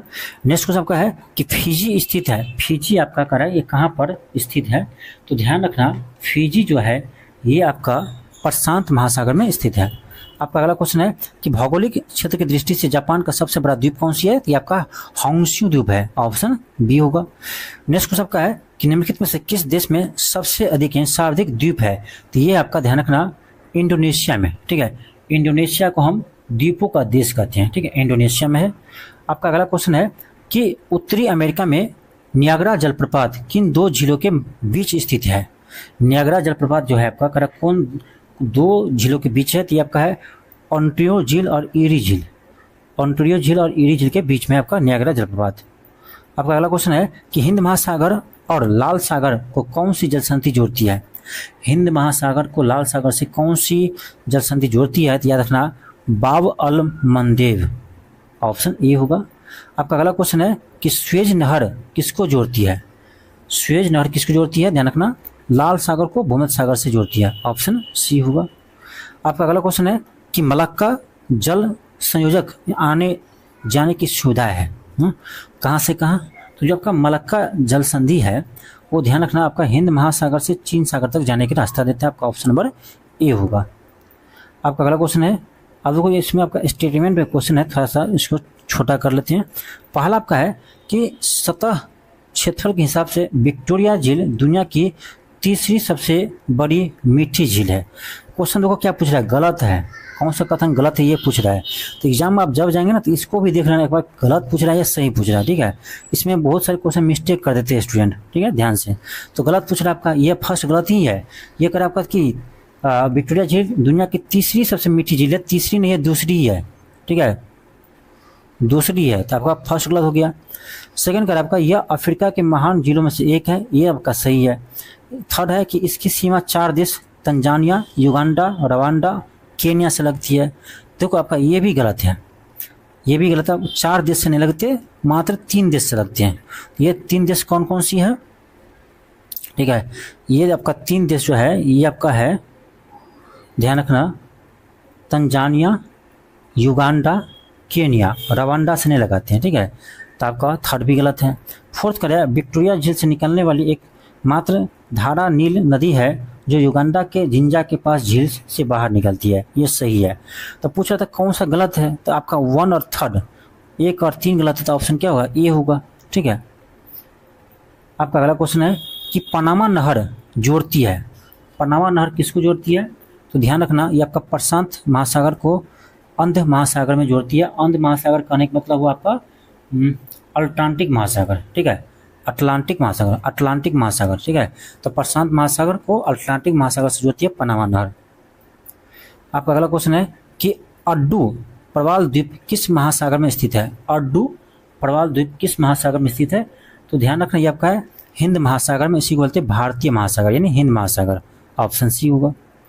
आपका अगला क्वेश्चन है कि ओजोन परत बताती है, ओजोन परत बताती है, तो इसका होगा आपका ऑप्शन नंबर डी होगा, पृथ्वी की सतह से 15 से 20 किलोमीटर ऊपर तक वायुमंडल की परत, ठीक है। ऑप्शन क्या होगा, तो डी होगा,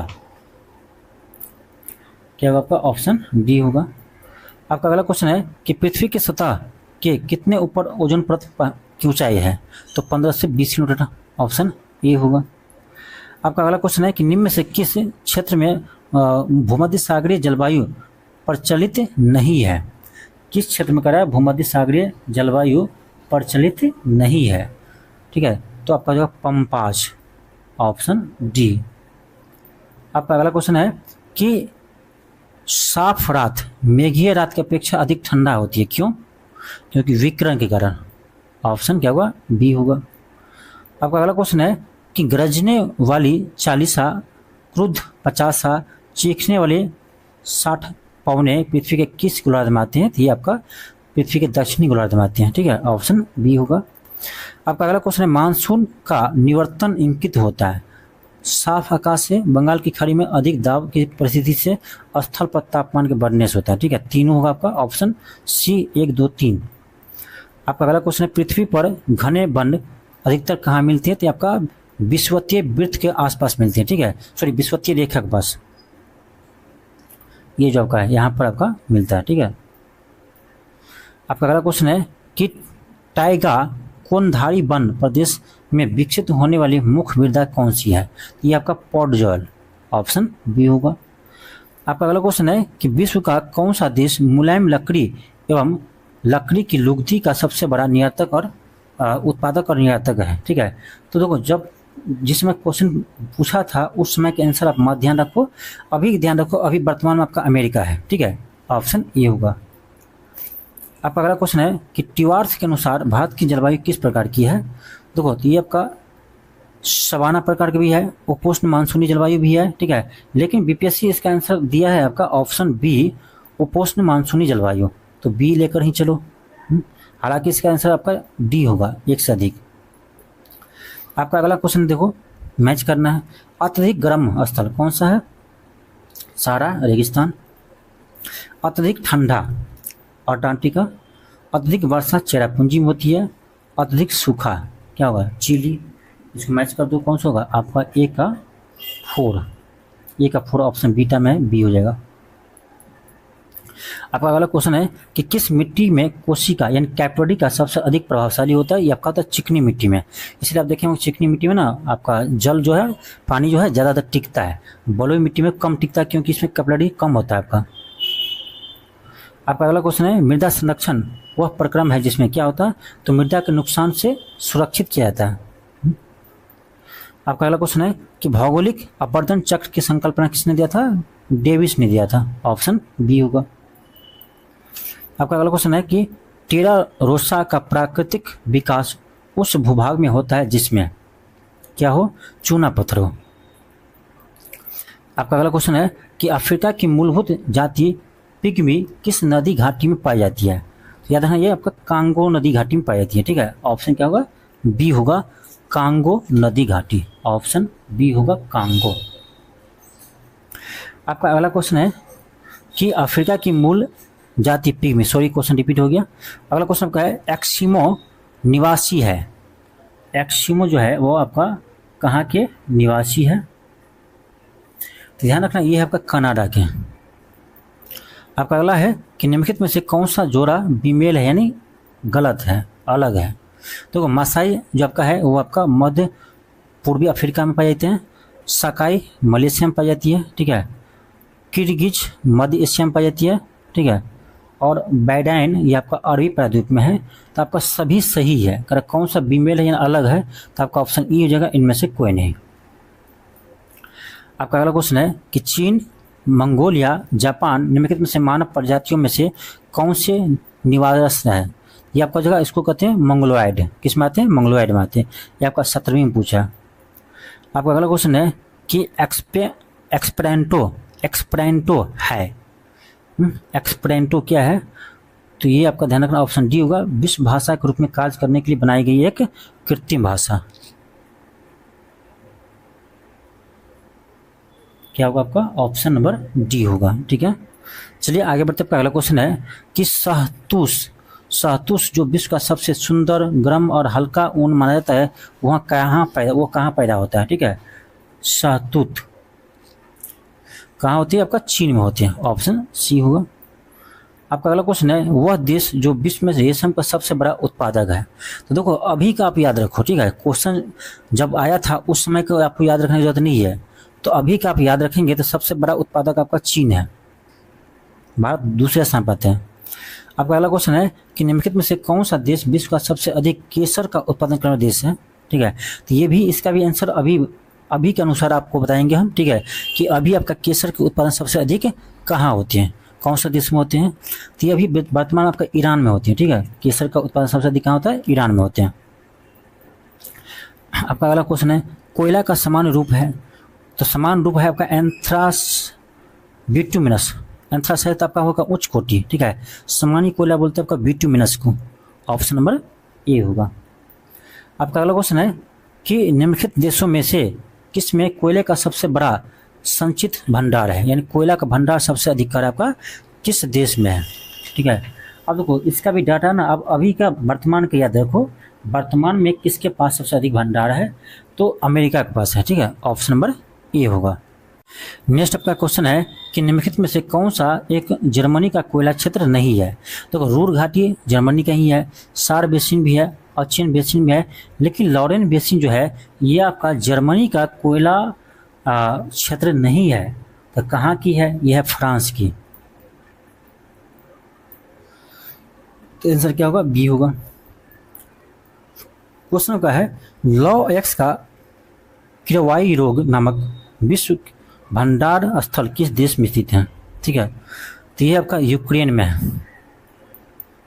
आपका अगला क्वेश्चन निम्न से कौन सा लोहे का अयस्क है? तो लिमोनाइट लोहे का अयस्क है। ये आपका 17वीं में पूछा है। नेक्स्ट क्वेश्चन का है कि संयुक्त राज्य अमेरिका का रस्ट वैल निम्नलिखित में से किस प्रदेश से संबंधित है? ये क्वेश्चन दोबारा पूछा है। ग्रेट लेक्स और पिटर्सबर्ग। ऑप्शन ई होगा एक से अधिक। आपका अगला क्वेश्चन है कि ब्राजील के मिनास गरेस प्रांत निम्नलिखित में से किसके लिए कौन सा खनिज मिलता है? तो आपका लॉ एक्स वहाँ मिलता है। लॉ एक्स के लिए प्रसिद्ध है। आपका अगला क्वेश्चन है कि निम्नलिखित में से कुलगार्डी में कौन सी क्रिया संपन्न होती है? ठीक है, तो देखो कुलगार्डी जो है ये आपका सोने के उत्पादन के लिए प्रसिद्ध है। ठीक है, सोने के खनन के लिए आपका प्रसिद्ध है कुलगार्डी, याद रहेगा। आपका अगला क्वेश्चन है कि जोहान्सबर्ग विख्यात है। जोहान्सबर्ग किसके लिए विख्यात है? तो याद रखना जोहान्सबर्ग जो है आपका ये सोना यानी स्वर्ण खनन हेतु यानी सोना के खनन के लिए प्रसिद्ध है। देखो ये प्रश्न तो आपको पहले हम प्रूफ दिखा दिए हैं। इसका प्रूफ एनसीईआरटी से कल जो पढ़ाए थे क्लास 11th का एनसीईआरटी ज्योग्राफी का, तो उसमें इसका भी हम प्रूफ दिखाए थे कि कथन आपको दिया है कि घाना तट पर सोने के समृद्ध प्लेसर का जमाव पाए जाते हैं और ब्राजील में सोने की सिराएं पाई जाती हैं। बिल्कुल सही है, एनसीईआरटी में साफ साफ लिखा हुआ है किसी समय ये महाद्वीप अटलांटिक तट के साथ एक साथ संयुक्त थे, ये भी सही है। आपका ऑप्शन ए होगा, ए और आर दोनों सही है और आर ए की व्याख्या भी करता है। आपका अगला क्वेश्चन है कि विश्व में एल्युमिनियम का सबसे बड़ा उत्पादक कौन सा है? विश्व में सबसे अधिक एल्युमिनियम का उत्पादन कौन सा देश करता है? तो फिलहाल में देखा जाए तो आपका चीन है, ठीक है, जो इस ऑप्शन में नहीं है। तो इसका यदि आपका क्वेश्चन को याद भी रखना तो इसका आंसर क्या होगा? चीन होगा अभी के अकॉर्डिंग, ठीक है। ऐसे प्रश्न वर्तमान के अकॉर्डिंग आप याद रखना, पुराना मत याद कर लेना, नहीं तो आपका एग्जाम में गलती हो जाएगा, ठीक है। आपका अगला क्वेश्चन है टीन मिलता है कहाँ पर? टीन कहाँ मिलता है? पल्सर निक्षेप में, कैंद्रिक शैल में, अल्पशिलिक अग्नि शैल में। ऑप्शन डी होगा सभी में। कहाँ मिलते हैं? तो सभी क्षेत्र में मिलते हैं।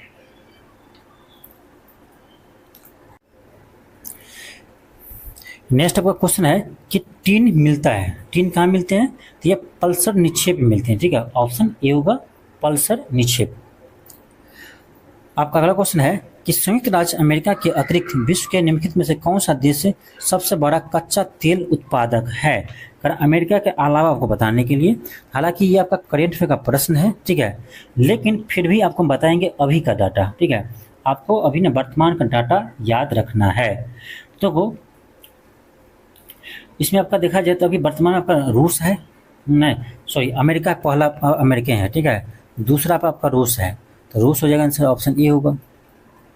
आपका अगला क्वेश्चन है किस खनिज से रेडियम प्राप्त करते हैं? तो पिंच वैलेंट, जो आपका यूरेनियम का एक्स है उसी से हम रेडियम प्राप्त करते हैं।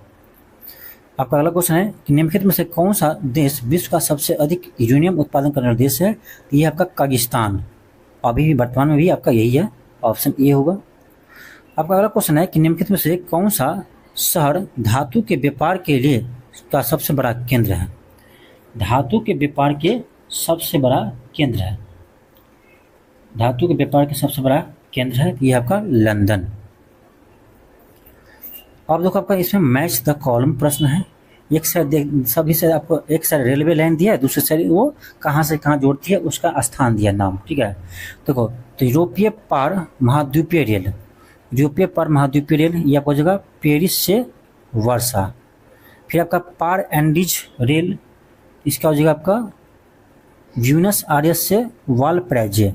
फिर आपका है पारा साइबेरियन रेल, ये कहाँ से कहाँ जोड़ती है? तो ये आपका लेनिनग्राद से ब्रस्तिक से जोड़ता है। फिर आपका ओरिएंटल एक्सप्रेस है, ये आपका हो जाएगा इसका 1 हो जाएगा, ठीक है। तो इसको मैच करेंगे तो क्या आएगा आपका? पहला का 5 है, चलो देखते हैं ऑप्शन में। पहला का 5 2 में है, दूसरा क्या था 4 था, तो आपका ऑप्शन नंबर ए में है, ऑप्शन ए होगा। आपका अगला क्वेश्चन कर रहा है कि निम्नलिखित में से कौन सा एक पतन नगर नहीं है, यानी बंदरगाह नगर कौन सा नहीं है? देखो टोक्यो है, न्यूयॉर्क है, लंदन है, लेकिन कैनबरा नहीं है। कैनबरा ऑस्ट्रेलिया की राजधानी है। आपका अगला नेक्स्ट क्वेश्चन आपका है कि निम्नलिखित में से कौन सा विश्व का कहवा पतन के नाम से जाने जाते हैं? तो ये आपका सेंटियोस, ये ब्राजील में है, सेंटियोस बंदरगाह, ठीक है। आपका ऑप्शन बी होगा। अगला क्वेश्चन क्या है कि पेरी प्लस ऑफ एंथ्रेंस सी किसने लिखा है? इस लेखक अज्ञात है, अभी तक पता नहीं चला, तो ऑप्शन ई होगा, इनमें से कोई नहीं। अब देखो ये आपका 69वीं बीपीएससी में क्वेश्चन पूछा था, ठीक है। अब देखो जूनो जो है ये बृहस्पति ग्रह का क्या है? अंतरिक्ष मिशन है। आर्टेमिस जो है ये आपका मानव रहित उड़ान चंद्रमा से मंगल ग्रह तक के लिए है। वेरिटास जो है आपका ये शुक्र ग्रह का मिशन है। और कैसिनो हीरो जो है आपका ये हो जाएगा शनि, ठीक है। तो मैच करेंगे, आपका ए का 2 आएगा, बी का 1 आएगा, ए का 2 बी का 1, ए का 2 बी का 1, आपका ऑप्शन नंबर बी में हो जाएगा, ठीक है। आपका अगला क्वेश्चन है कि पर्यावरण किससे बनता है? तो जैव और अजैव घटक, जीवीय अजीवीय, ठीक है। आपका ऑप्शन डी होगा, उपयुक्त सभी। आपका अगला क्वेश्चन है हीट वेव के संबंध कर कौन सा कथन सही है? पूछ रहा आपका। पहला है यदि किसी मैदानी इलाका का अधिकतम तापमान कम से कम 30 डिग्री या इससे अधिक तक पहुंच जाता है तो उसे हीट वेव कहते हैं। गलत है, 30 नहीं 40। क्या होगा? 30 नहीं होगा, 40 डिग्री यहाँ पर होता है तो आपका सही होता है, ये आपका गलत है। आपका अगला कर है यदि किसी पहाड़ी इलाका का अधिकतम तापमान कम से कम 40 डिग्री या उससे अधिक हो जाती है तो उसे हीट वेव कहते हैं। यहाँ भी गलत है, यहाँ 40 नहीं होगा 30 होगा, यानी उल्टा लिख दिया और आपको फंसा दिया है, ठीक है, उल्टा डाटा लिख करके आपको फंसा दिया। तो क्या हुआ, कौन सा कदम सही है, तो ऑप्शन ए होगा। न तो 1 सही है न ही 2 सही है। आपका अगला क्वेश्चन करा है, टेरा रोसा का प्राकृतिक विकास उस विभाग में होता है जिसमें क्या हो, चूना पत्थर हो, ऑप्शन ए होगा। आपका अगला क्वेश्चन है कि जलवायु परिवर्तन पर संयुक्त राष्ट्र संघ का कनेक्शन ढांचा किससे संबंधित है, तो ग्रीन हाउस गैस के उत्सर्जन में कमी से। आपका अगला क्वेश्चन है, निम्नलिखित आदिवासी समुदायों में से कौन सा निग्रिटो प्रजाति का है, तो आपका सी मांग होगा, ऑप्शन सी। आपका अगला क्वेश्चन है, निक्षालन प्रक्रिया संबंधित है, निक्षालन प्रक्रिया संबंधित है तो भारी वर्षा क्षेत्र से खनिज और मिट्टी से पौधे की जरूरत से। आपका ऑप्शन डी होगा 1 से अधिक। क्या होगा आपका, ऑप्शन नंबर डी होगा 1 से अधिक। आपका अगला क्वेश्चन है कि एक बरसाती दिन में क्या होता है, तो आपका ऑप्शन सी हुआ, सूक्ष्म बल्ब तापमापी आर्द्र बल्ब तापमापी की तुलना में ज़्यादा माप दर्शाता है। आपका अगला क्वेश्चन है कि कराल एक प्रकार की नियमित संरचना है, कराल कहाँ पर है, ये याद रखना आपका दक्षिण अफ्रीका की है, ऑप्शन ए होगा। नेक्स्ट क्वेश्चन का है, क्वेश्चन करा जापान के प्राकृतिक संसाधन के बारे में सटीक कथन कौन सा है। पहला है कि जापान ने बड़े पैमाने पर मछली पकड़ने के लिए समुद्र का इस्तेमाल किया है, यही आपका सही है, ऑप्शन ए होगा।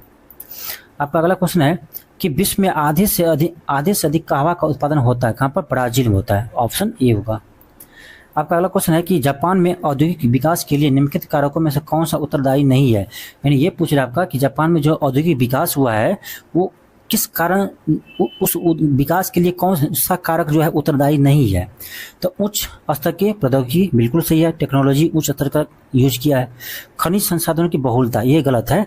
जापान में आपका देखो सोचने वाली बात है कि जापान में खनिज संसाधन कमी है वहाँ पर, ठीक है, बहुलता नहीं है, लेकिन फिर भी वहाँ पर आपका औद्योगिक विकास जापान में सबसे अधिक हुआ है, ठीक है, वहाँ पर टेक्नोलॉजी सबसे अधिक है, हाँ, कुशल श्रमिक तो है, हाँ, दक्ष परिवहन प्रणाली है, लेकिन खनिज की बहुलता नहीं है। इसके बावजूद भी जापान में औद्योगिक विकास बहुत हुआ है। तो इसका आंसर क्या होगा, आपका ऑप्शन बी होगा। आपका अगला क्वेश्चन है, सामान्यतः विश्व का सबसे सर्द मानव निवास क्षेत्र ओइमायाकोन किस देश में है, तो नाम ही ऐसा है ना कि आपको याद ही नहीं रहेगा, ठीक है, आपको नाम ही ऐसा है, ये आपका रूस में है। आपका अगला क्वेश्चन है, फिर आपका ये आ गया मिलाने के लिए, तो अत्यधिक गर्म कौन सा होगा आपका, अत्यधिक गर्म आपका सहारा होगा, अत्यधिक ठंडा अंटार्कटिका होगा, अधिक वर्षा चेरापूंजी में होता है, अत्यधिक सूखा चिली में होता है, ठीक है। शायद ये क्वेश्चन आपका रिपीट हो गया, या हो सकता है बीपीएससी रिपीट कर दिया होगा। तो आपका ऑप्शन बी हो जाएगा 4321। आपका अगला क्वेश्चन है, निम्नलिखित में से किस युग का मिलान सही है, भूमध्य सागरीय क्षेत्र गर्मी की वर्षा, भूमध्य रेखीय क्षेत्र गरज के साथ वर्षा मध्याह्न में, मानसून क्षेत्र पूरे साल भर वर्षा, मरुस्थलीय क्षेत्र। आपका ऑप्शन बी होगा, ठीक है, आप सही से देखिए तो आपका ऑप्शन बी ही सही है। इसको भी आपको मिलान करना है। अब देखो ये भी क्वेश्चन आपका देखो कब पूछा है, पर दिखाते हैं, ये आपका ना 69वीं बीपीएससी में पूछा है, ठीक है, तो 69वीं बीपीएससी का पैटर्न ही अलग था, यूपीएससी जैसा प्रश्न पूछा था 69वीं में। तो क्रिस्टोफर कोलंबस, इसका जन्म स्थान कहाँ पर है, तो कोलंबस कहाँ के निवासी थे, तो इटली के निवासी थे आपका कोलंबस आपका इटली के वासी थे, ठीक है। तो आपका इसका थर्ड हो जाएगा। कार्टियर कहाँ के थे, तो ये थे आपका फ्रांस के। सर फ्रांसिक ये थे आपका इंग्लैंड के, और मैगलन कहाँ के थे, ये आपके थे पुर्तगाल के, ठीक है। तो आप मिला लीजिए कौन सा होगा। अब इसको मिलान करेंगे तो क्या आएगा, तो आपका ऑप्शन बी आएगा 3421। आपका अगला क्वेश्चन है कि निम्न राष्ट्रीय उद्यानों में से कौन सा एक सही सुमेलित नहीं है। देखो म्यूडी ये आपका तमिलनाडु में है। भगवान महावीर, आप महावीर भगवान का नाम सुनकर बिहार मत मार देना, ये बिहार में नहीं है, गोवा में है, ठीक है। इसलिए तो दिया था क्वेश्चन कन्फ्यूज करने के लिए। आप सोचते होंगे यहाँ पर भगवान महावीर है तो आप बिहार लगा देते, लेकिन ये गोवा में है। वल्पक्रम ये आपका मेघालय में, तो आपका ऑप्शन बी हो जाएगा जो गलत सुमेलित है। आपका अगला क्वेश्चन है, वायुमंडल अपनी अधिकतम ऊर्जा प्राप्त करते हैं, ये भी इसका भी प्रूफ हम देख चुके थे, क्या होगा, दीर्घ पार्थिक विकिरण तरंग से। आपका अगला क्वेश्चन है कि वायुमंडल में ऑक्सीजन का वृहद एवं उच्च स्रोत है, क्यों, तो जंगल के पौधे के प्रकाश संश्लेषण से, समुद्री पौधे के प्रकाश संश्लेषण से। देखो जंगल के पौधे के प्रकाश संश्लेषण से भी आपका ऑक्सीजन आते हैं, समुद्री पौधे से भी आते हैं, घास के मैदान के पारिस्थितिकी तंत्र के पौधे के प्रकाश संश्लेषण, ये भी होगा, ऑप्शन डी होगा, एक से अधिक, तीनों सही है। आपका अगला क्वेश्चन है कि निम्न से कौन सा नवीकरणीय ऊर्जा का स्रोत है, तो कोयला अनवीकरणीय है, पेट्रोलियम भी अनवीकरणीय, नाभिकीय भी है, तो आपका ऑप्शन ई होगा, इनमें से कोई नहीं। आपका अगला क्वेश्चन है कि 22 अप्रैल को मनाए गए पृथ्वी दिवस का संबंध किससे है, तो आपका ऑप्शन सी होगा, वातावरण से संबंधित जागरूकता के लिए।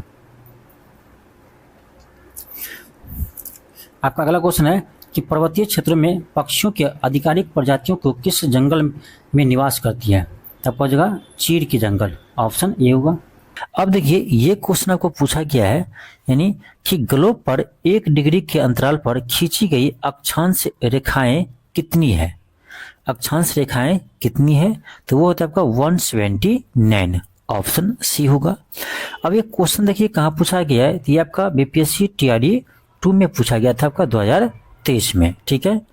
अब चलिए आपको दिखाते हैं हम सेम टू सेम प्रश्न, ठीक है। यहाँ देखिए सेम टू सेम प्रश्न देखिए, आपका क्वेश्चन है कि ग्लोब पर 1 डिग्री के अंतराल पर खींची गई अक्षांश रेखाएं कितनी है, सेम क्वेश्चन है, आंसर भी सेम ही होगा, 179। और ये क्वेश्चन देखिए आपका 69वीं बीपीएससी में पूछा गया है, ठीक है।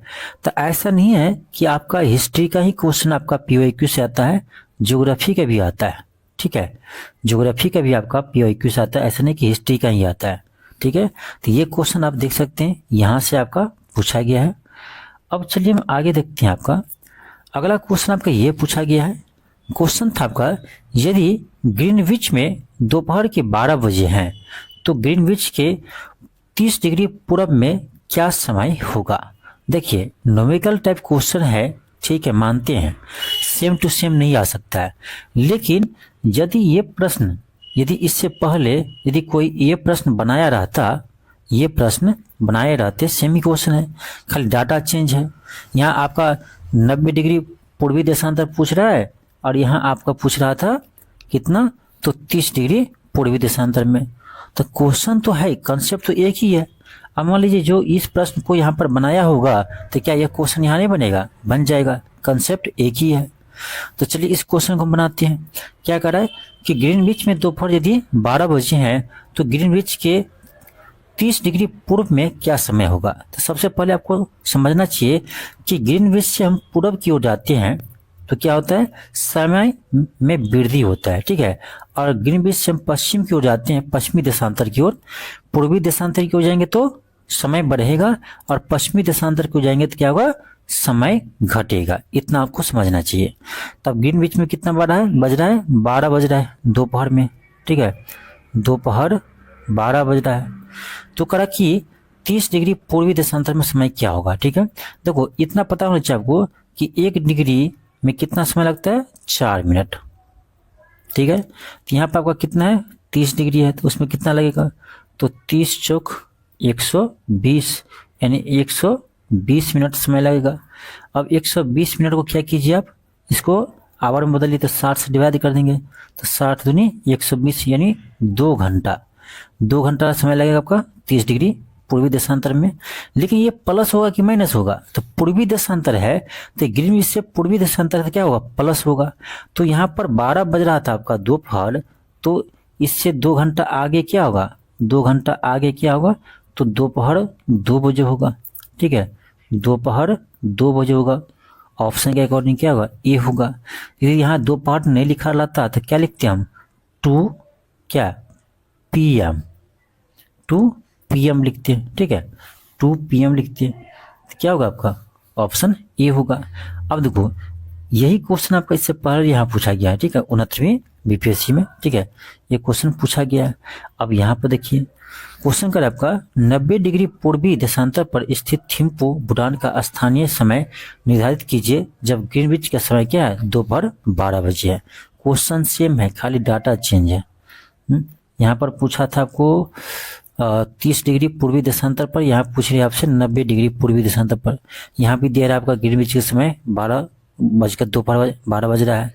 तो क्या करेंगे भाई, 1 डिग्री में 4 मिनट समय लगता है, ठीक है। तो यहाँ कितना है, 90 डिग्री पूर्वी देशांतर है, तो 90 डिग्री में कितना होगा, 9 चौक 36, 360 मिनट। 360 मिनट आवर में बदलिए, 7 से डिवाइड करेंगे तो कितना होगा, 6 घंटा, यानी 6 घंटा समय होगा। अब फिर आपको बता रही है क्या, पूर्वी देशांतर है, तो पूर्वी देशांतर जैसे जैसे जाते हैं समय क्या होता है, बढ़ता है, ठीक है। तो जब ग्रीनविच में आपका दोपहर आपको 12 बज रहा है, तो उससे क्या होगा, 6 घंटा आगे क्या होगा, तो 6 घंटा आगे, तो 6 बजे शाम कह सकते हैं। अब इसमें ऐसा नहीं है, तो ऑप्शन के अकॉर्डिंग क्या कहेंगे, 6 PM, ठीक है। शाम को क्या कहेंगे, 6 PM, ठीक है। तो क्या होगा आपका इसका आंसर, इसका आंसर होगा आपका ऑप्शन बी होगा, 6 PM। तो क्वेश्चन एक ही है, कंसेप्ट एक ही है, ठीक है। क्वेश्चन अलग है लेकिन वैल्यू अलग है, कंसेप्ट एक ही है, ठीक है। ऑप्शन बी होगा। यहाँ से कंसेप्ट था आपका, ठीक है। अब देखिए आगे एक क्वेश्चन, देखिए ये क्वेश्चन बहुत बार रिपीट किया है। क्वेश्चन है कि कोसी मैदान की माध्य समुद्री तल से औसत ऊंचाई कितनी है। तो ये है 30 मीटर, कितनी है, 30 मीटर। ये क्वेश्चन आपका बीपीएससी तैयारी 2 में पूछा गया है, 2023 में पेपर 1 में, ठीक है। अब चलिए आपको दिखाते हैं यही क्वेश्चन देखिए, यही क्वेश्चन आपका बीपीएससी में 69वीं में भी पूछा है और 17वीं में भी पूछा है, यानी 69वीं में पूछा है और 17वीं के री एग्जाम में भी पूछा है कि कोसी मैदान की समुद्री तल से ऊंचाई कितनी है, 30 मीटर, है सेम क्वेश्चन है। तो ये क्वेश्चन आपका यहाँ से रिपीट किया है, ठीक है।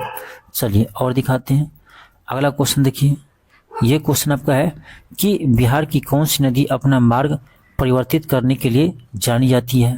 तो यह है आपका कोसी नदी, जिसे बिहार का शोक नदी कहते हैं, बिहार का शोक नदी कहते हैं। तो कोसी नदी जो अपना मार्ग परिवर्तन के लिए जानी जाती है। ये क्वेश्चन आपका तैयारी 3 में पूछा है 2024 में। अब चलिए दिखाते यही क्वेश्चन कब पूछा, देखिए यही क्वेश्चन सेम है, ये आपका 44वां बीपीएससी 2000 ईस्वी में पूछा गया है कि निम्न नदियों में से सबसे अधिक नदी पथ परिवर्तन किया है, कौन करता है, कोसी नदी। भाषा अलग है लेकिन क्वेश्चन सेम है, तो आपका ऑप्शन सी होगा। आपके लिए एक महत्वपूर्ण सूचना है, यदि कोई भी स्टूडेंट बीपीएससी टीआरई 4 का तैयारी करना चाहते हैं, ठीक है, बीपीएससी टीआरई 4 का तैयारी करना चाहते हैं, चाहे आप पीआरटी का हो, प्राइमरी टीचर की तैयारी कर रहे हैं, चाहे आप यानी 40 नंबर जनरल स्टडीज के लिए कर रहे हैं, जो आपका 6 to 12 में रहता है, ठीक है, 40 नंबर, इसका बहुत वैल्यू है। नहीं पता है ना, तो आप जाइए मैथ वाले से पूछिए, जिसका 99 कट ऑफ जाता है 120 में, ठीक है। तो जिसका 40 नंबर खराब रहता है ना, वो 99 मैथ में 80 में 80 ला लो, फिर भी आपका सिलेक्शन नहीं होगा यदि 40 नंबर आपका अच्छा नहीं है तो, ठीक है। इसीलिए 40 नंबर को अच्छा करना बहुत जरूरी है। तो 40 मार्क के लिए और आपका पीआरटी के लिए क्लास आपका स्टार्ट हो चुका है। ये क्लास आपका LK क्लासेस ऐप पर चल रहा है, ठीक है। तो यहाँ से आप क्लास को ज्वाइन कर सकते हैं, पूरे बेसिक्स आपको पढ़ाया जाता है, ठीक है। इसके अलावा क्लास 6 to 8 और क्लास 9 to 10 के लिए जो मैथ का स्टूडेंट है, मैथ का भी आपको अलग से क्लास चल रहा है, मैथ का भी आपका क्लास कर सकते हैं। पीआरटी में आपको मैथ रीजनिंग दोनों पढ़ाया जाएगा, जीएस भी पढ़ाया जाएगा, ठीक है। तो सारा क्लास आपका चल रहा है। ये क्लास आप बहुत ही कम प्राइस में, प्राइस भी आपको बता देते हैं, मात्र 300 में आपको ये क्लास मिल जाएगा, ठीक है, LK क्लासेस ऐप पर। तो प्ले स्टोर से LK क्लास ऐप को डाउनलोड कर लीजिएगा और यहाँ से क्लास को आप ज्वाइन कर सकते हैं। इसी क्लास में आपको सारा बीपीएससी का PIQ भी करवा देंगे, ठीक है, आपको अलग से करने की जरूरत नहीं पड़ेगा।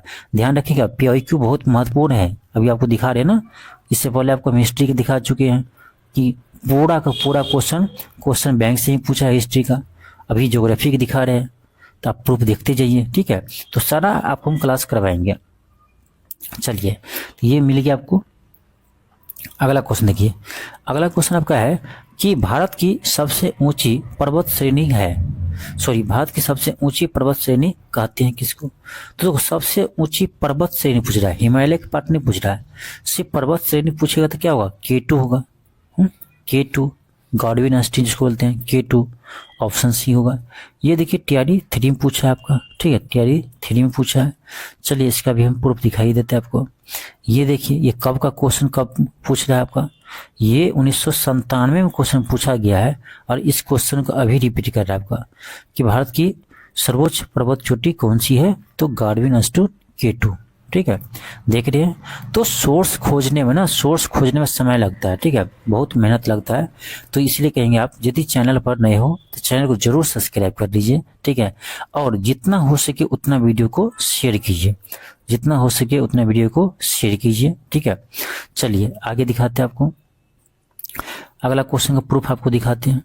देखिए ये क्वेश्चन आपको पूछा गया, ये क्वेश्चन पूछा गया है कि भारत की अधिकतम अंतर्राष्ट्रीय सीमा है, यानी सबसे अधिक अंतर्राष्ट्रीय सीमा किस देश से लगाती है, क्वेश्चन का मतलब ये हुआ। तो ये लगाते आपको बांग्लादेश से, सबको पता होगा बांग्लादेश से भारत सबसे अधिक सीमा लगाती है, ठीक है, तो ऑप्शन सी होगा।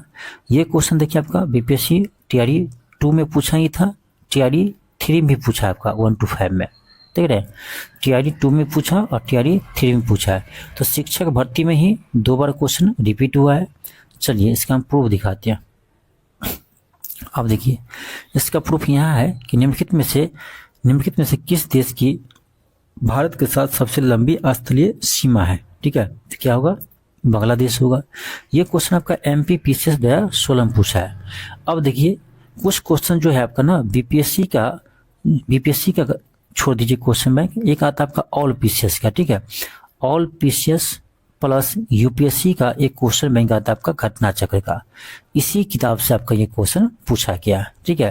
तो यदि आपको समय मिलता है ना तो एक बार इस बुक को भी पढ़ लीजिए, ठीक है, इस बुक को भी एक बार पढ़ लीजिए जिसमें आपका UPSC के साथ साथ ऑल PCS का जो क्वेश्चन पूछा गया है, क्योंकि यहाँ से भी क्वेश्चन अच्छा आपको एग्जाम में देते हैं। जैसे ये देखिए यहाँ से पूछा गया। और आपको दिखाते हैं अगला क्वेश्चन। देखिए अगला क्वेश्चन है आपका कि भारतीय उपमहाद्वीप पूर्व में मूलतः एक भाग था, यानी भारतीय उपमहाद्वीप जो है वो पूर्व में किसका भाग था, तो ये था आपका गोंडवाना लैंड का, ठीक है, किसका भाग था, गोंडवाना लैंड का, ठीक है, तो ये आपका ऑप्शन बी होगा। ये क्वेश्चन आपका TRE 3 में पूछा है, किसमें पूछा है, TRE 3 में पूछा है। चलिए आपको हम प्रूफ दिखाते हैं, देख लीजिए प्रूफ। देखिए सेम टू सेम क्वेश्चन है UPSC 1995 में।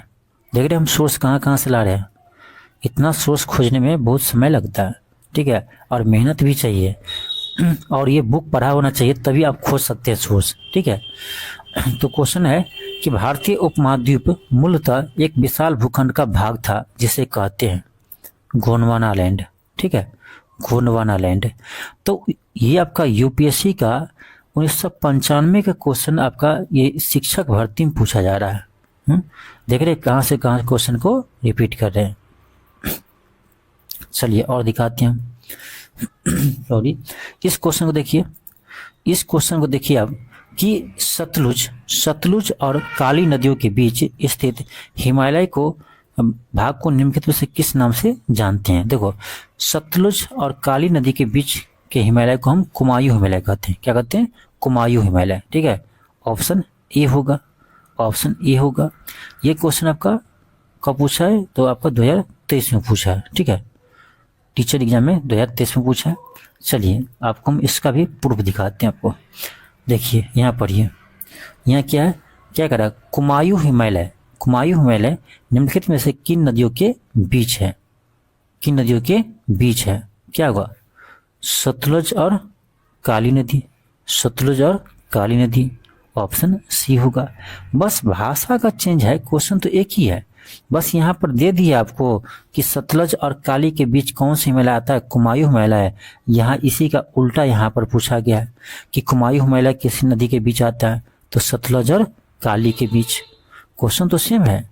तो ये आपका यूपी ARO में पूछा गया था आपका 2016 में। ठीक है, और इस क्वेश्चन का आपके एग्जाम में पूछा गया। ठीक है, तो एक बार आप घटना चक्र जो आपका ऑल PCS प्लस UPSC का आता है, इसको भी बना लीजिएगा। ठीक है, मुझे समय मिलेगा तो मैं तो करवाऊंगा जरूर। ठीक है, जो आपका ऑल PCS प्लस UPSC का जो आपका क्वेश्चन आएगा था आपका घटना चक्र का, वहीं से क्वेश्चन पूछा गया, तो उसको भी एक बार बना लीजिएगा ज्योग्राफी के लिए। आगे देखिए, इस क्वेश्चन को देखिए, बहुत ही अच्छा क्वेश्चन है, बहुत ही अच्छा क्वेश्चन है। ये क्वेश्चन पूछा गया आपका कि निम्न में से कौन सा दक्षिण से उत्तर की ओर हिमालय पर्वत का सही क्रम है। बहुत सारे स्टूडेंट तो इसमें क्रम देखा भी नहीं, उत्तर से दक्षिण पूछ रहा है कि दक्षिण से उत्तर पूछ रहा है। इसमें दक्षिण से उत्तर पूछ रहा है, जबकि लोग को याद रहता है उत्तर से दक्षिण, काराकोरम, काराकोरम, लद्दाख। ठीक है, देखो ऐसे याद करते हैं, उत्तर से दक्षिण लोग को याद रहता है काराकोरम, ठीक है, लद्दाख, काराकोरम, लद्दाख, जास्कर, पीर पंजाल। ठीक है, ये उत्तर से दक्षिण याद रहता है सबको, लेकिन क्वेश्चन पूछ दिया आपको दक्षिण से उत्तर की ओर। ठीक है, तो इसको भी ध्यान देना है, आपसे दक्षिण से उत्तर की ओर पूछ रहा है, यानी ऐसे आपको पूछ रहा है, साउथ से नॉर्थ की ओर पूछ रहा है। तो इधर से देखेंगे हम, तो पीर पंजाल पहले होगा, पीर पंजाल होगा, जास्कर होगा, फिर लद्दाख, फिर काराकोरम, तो ऑप्शन बी होगा। तो बहुत सारे स्टूडेंट गलती इसमें कर लिया, क्योंकि ये क्रम देखा नहीं कैसे पूछ रहा है, उसको याद था उत्तर से दक्षिण, वही लगा दिया। तो ये क्वेश्चन टीआरई 3 में पूछा है 1 to 5 में। ठीक है, चलिए हम इसका भी आपको प्रूफ दिखाते हैं। ठीक है, देखिए ये क्वेश्चन पढ़िए यहाँ पर कि निम्नलिखित में से उत्तर की ओर क्रम वाली पर्वत श्रेणी है। क्या कह रहा है, उत्तर की ओर, यानी ये भी यही पूछ रहा है आपका, उत्तर की ओर पर्वत श्रेणी का क्रम कौन सा है। सेम टू सेम क्वेश्चन है, थोड़ा सा भाषा का हो सकता है, लैंग्वेज का अलग हो, लेकिन क्वेश्चन सेम है। ये इसमें भी आपको दक्षिण से उत्तर ही पूछ रहा है, वो सीधे लिख दिया कि उत्तर की दिशा की ओर पर्वत का क्रम बताइए श्रेणी का। तभी आपको बताया था ना, काराकोरम, लद्दाख, जास्कर और पीर पंजाल, लेकिन हमको चाहिए दक्षिण से उत्तर की ओर, तो होगा पहले पीर पंजाल, फिर जास्कर, पीर पंजाल, जास्कर, लद्दाख, काराकोरम। देखो यहाँ ऑप्शन बी है। तो ये देखिए क्वेश्चन कहाँ पूछा गया था, ये क्वेश्चन पूछा आपका आरएएस एग्जाम में आपका 2023 में पूछा है, और यहाँ से ये क्वेश्चन रिपीट किया है, यहाँ से ये क्वेश्चन आपका शिक्षक भर्ती में पूछा है, देख रहे हैं। तो इतना सोर्स आपको ना कोई ढूंढ कर नहीं देगा, बहुत समय लगता है ढूंढने में। अब देखिए यही क्वेश्चन आपका फिर पूछाएगा, शिक्षक भर्ती में ही ये क्वेश्चन को फिर पूछा, देखिए कब पूछा है, ये टीआरई 2 में पूछा है, ये टीआरई 2 में ही पूछा था। ठीक है, लेकिन इसमें देखते हैं किधर से पूछ रहा है आपको। इसमें कह रहा है आपका कि उत्तर से दक्षिण, यहाँ देखिए निम्नलिखित श्रेणी को उत्तर से दक्षिण की ओर क्रम में व्यवस्थित कीजिए। यहाँ पर उत्तर से दक्षिण पूछ रहा है। ठीक है, इससे पहले पूछा था दक्षिण से उत्तर की ओर, तो यहाँ आपको सिंपल हो गया, काराकोरम, लद्दाख, जास्कर, पीर पंजाल। ठीक है, तो काराकोरम तो सबसे पहले ये होगा, काराकोरम बाद लद्दाख होगा, फिर क्या होगा, फिर जास्कर होगा, फिर पीर पंजाल होगा। तो यानी सबसे पहले आपका होगा 2 के बाद क्या होगा, 2 के बाद 1, 2 उसके बाद 1, ठीक है, उसके बाद 4, उसके बाद 3, तो 2 1 4 3 होगा, 2 1 4 3 किस में है, 2 1 4 3 आपका ऑप्शन नंबर बी में है। ठीक है, तो 2 बार ये क्वेश्चन पूछा है। आगे चलिए दिखाते हैं और क्वेश्चन का प्रूफ। ये क्वेश्चन देखिए, ये क्वेश्चन आपका है कि शांत घाटी यानी साइलेंट वैली किस राज्य में स्थित है। तो ये है आपका केरल में, साइलेंट वैली का है केरल में। तो आपका ये देखिए टीआरई 2 में पूछा है। ठीक है, चलिए इसका भी हम प्रूफ दिखा देते हैं आपको। यहाँ पढ़िए, यहाँ पढ़िए क्या लिखा है। क्वेश्चन है कि भारत में शांत घाटी किस राज्य में स्थित है। क्या हुआ, केरल। सेम क्वेश्चन है, ये छत्तीसगढ़ पीसीएस में 2019 में पूछा है। ठीक है, तो ये आपका जो ऑल पीसीएस का एक बुक होता है ना, घटना चक्र, उस बुक का क्वेश्चन है। ठीक है, तो ऑल पीसीएस का भी एक बार क्वेश्चन बना लीजिएगा। आगे दिखाते हैं आपको, यहाँ देखिए क्वेश्चन आपका क्या है कि बल्टोरो हिमनद अवस्थित है, बल्टोरो हिमनद अवस्थित है। ठीक है, ये है आपका काराकोरम श्रेणी में। ठीक है, ऑप्शन क्या होगा, सी होगा। बल्टोरो हिमनद कहाँ स्थित है, काराकोरम श्रेणी में। ये आपका टीआरई 3 में पूछा है 6 to 8 एग्जाम में। ठीक है, 6 to 8 में टीआरई 3 में पूछा है। अब इसका भी चलिए हम दिखाते हैं कुछ प्रूफ। ये देखिए, ये जो आपका घटना चक्र का बुक जो है ऑल पीसेस वाला, उसमें क्वेश्चन तो नहीं मिला, लेकिन इसमें शुरू में ना कुछ थ्योरी पार्ट देता है आपको शॉर्ट में, ठीक है, ज़्यादा नहीं देता है, शॉर्ट में थ्योरी पार्ट देता है।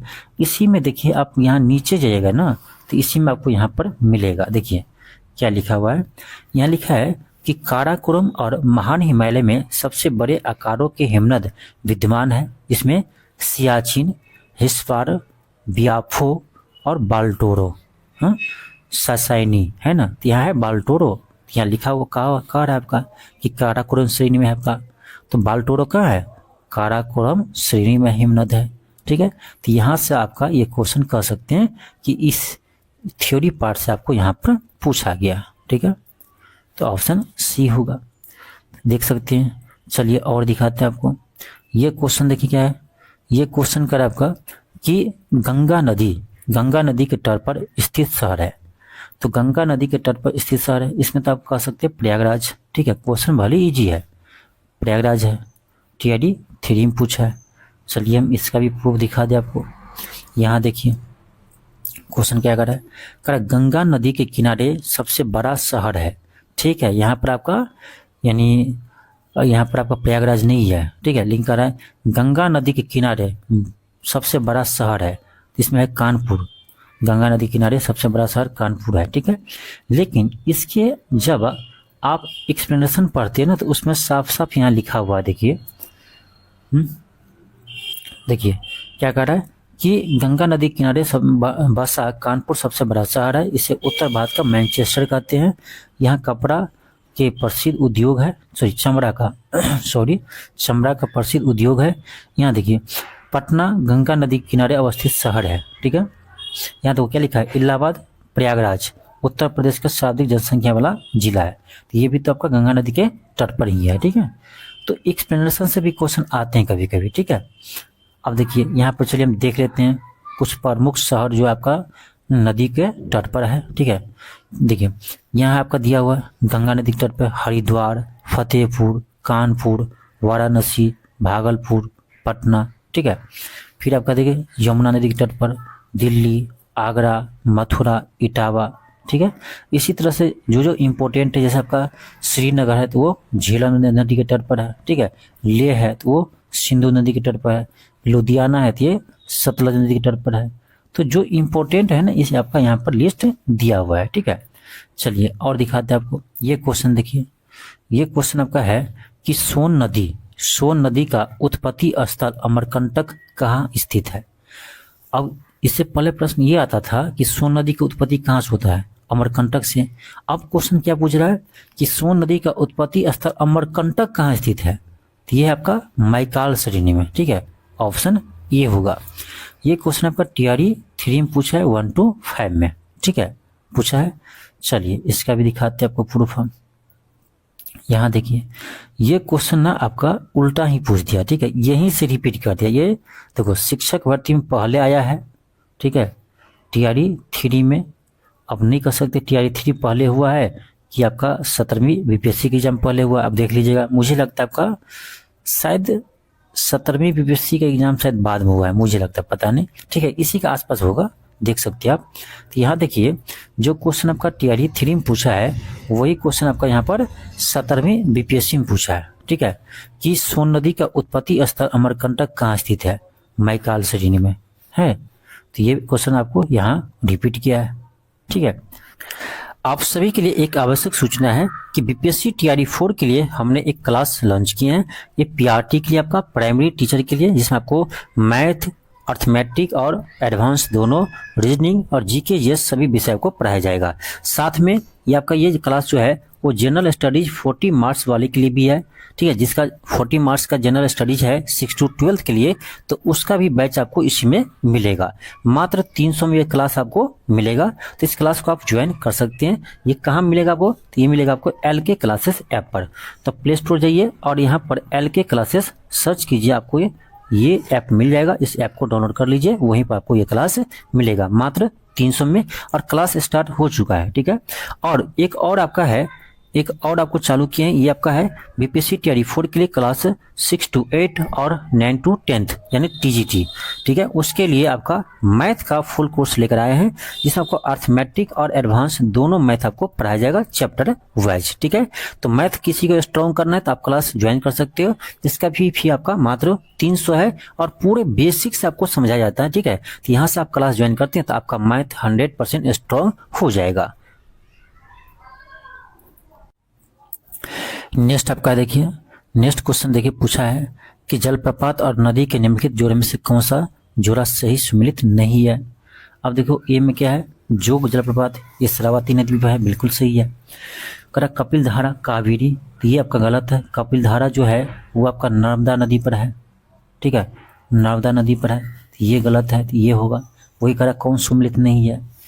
फिर आपका धुआंधार, ये भी आपका नर्मदा नदी पर है, ठीक है, धुआंधार जो आपका नर्मदा नदी पर है, तो ये भी आपका होगा जो गलत है। तो इसका आंसर डी होगा, एक से अधिक, ठीक है।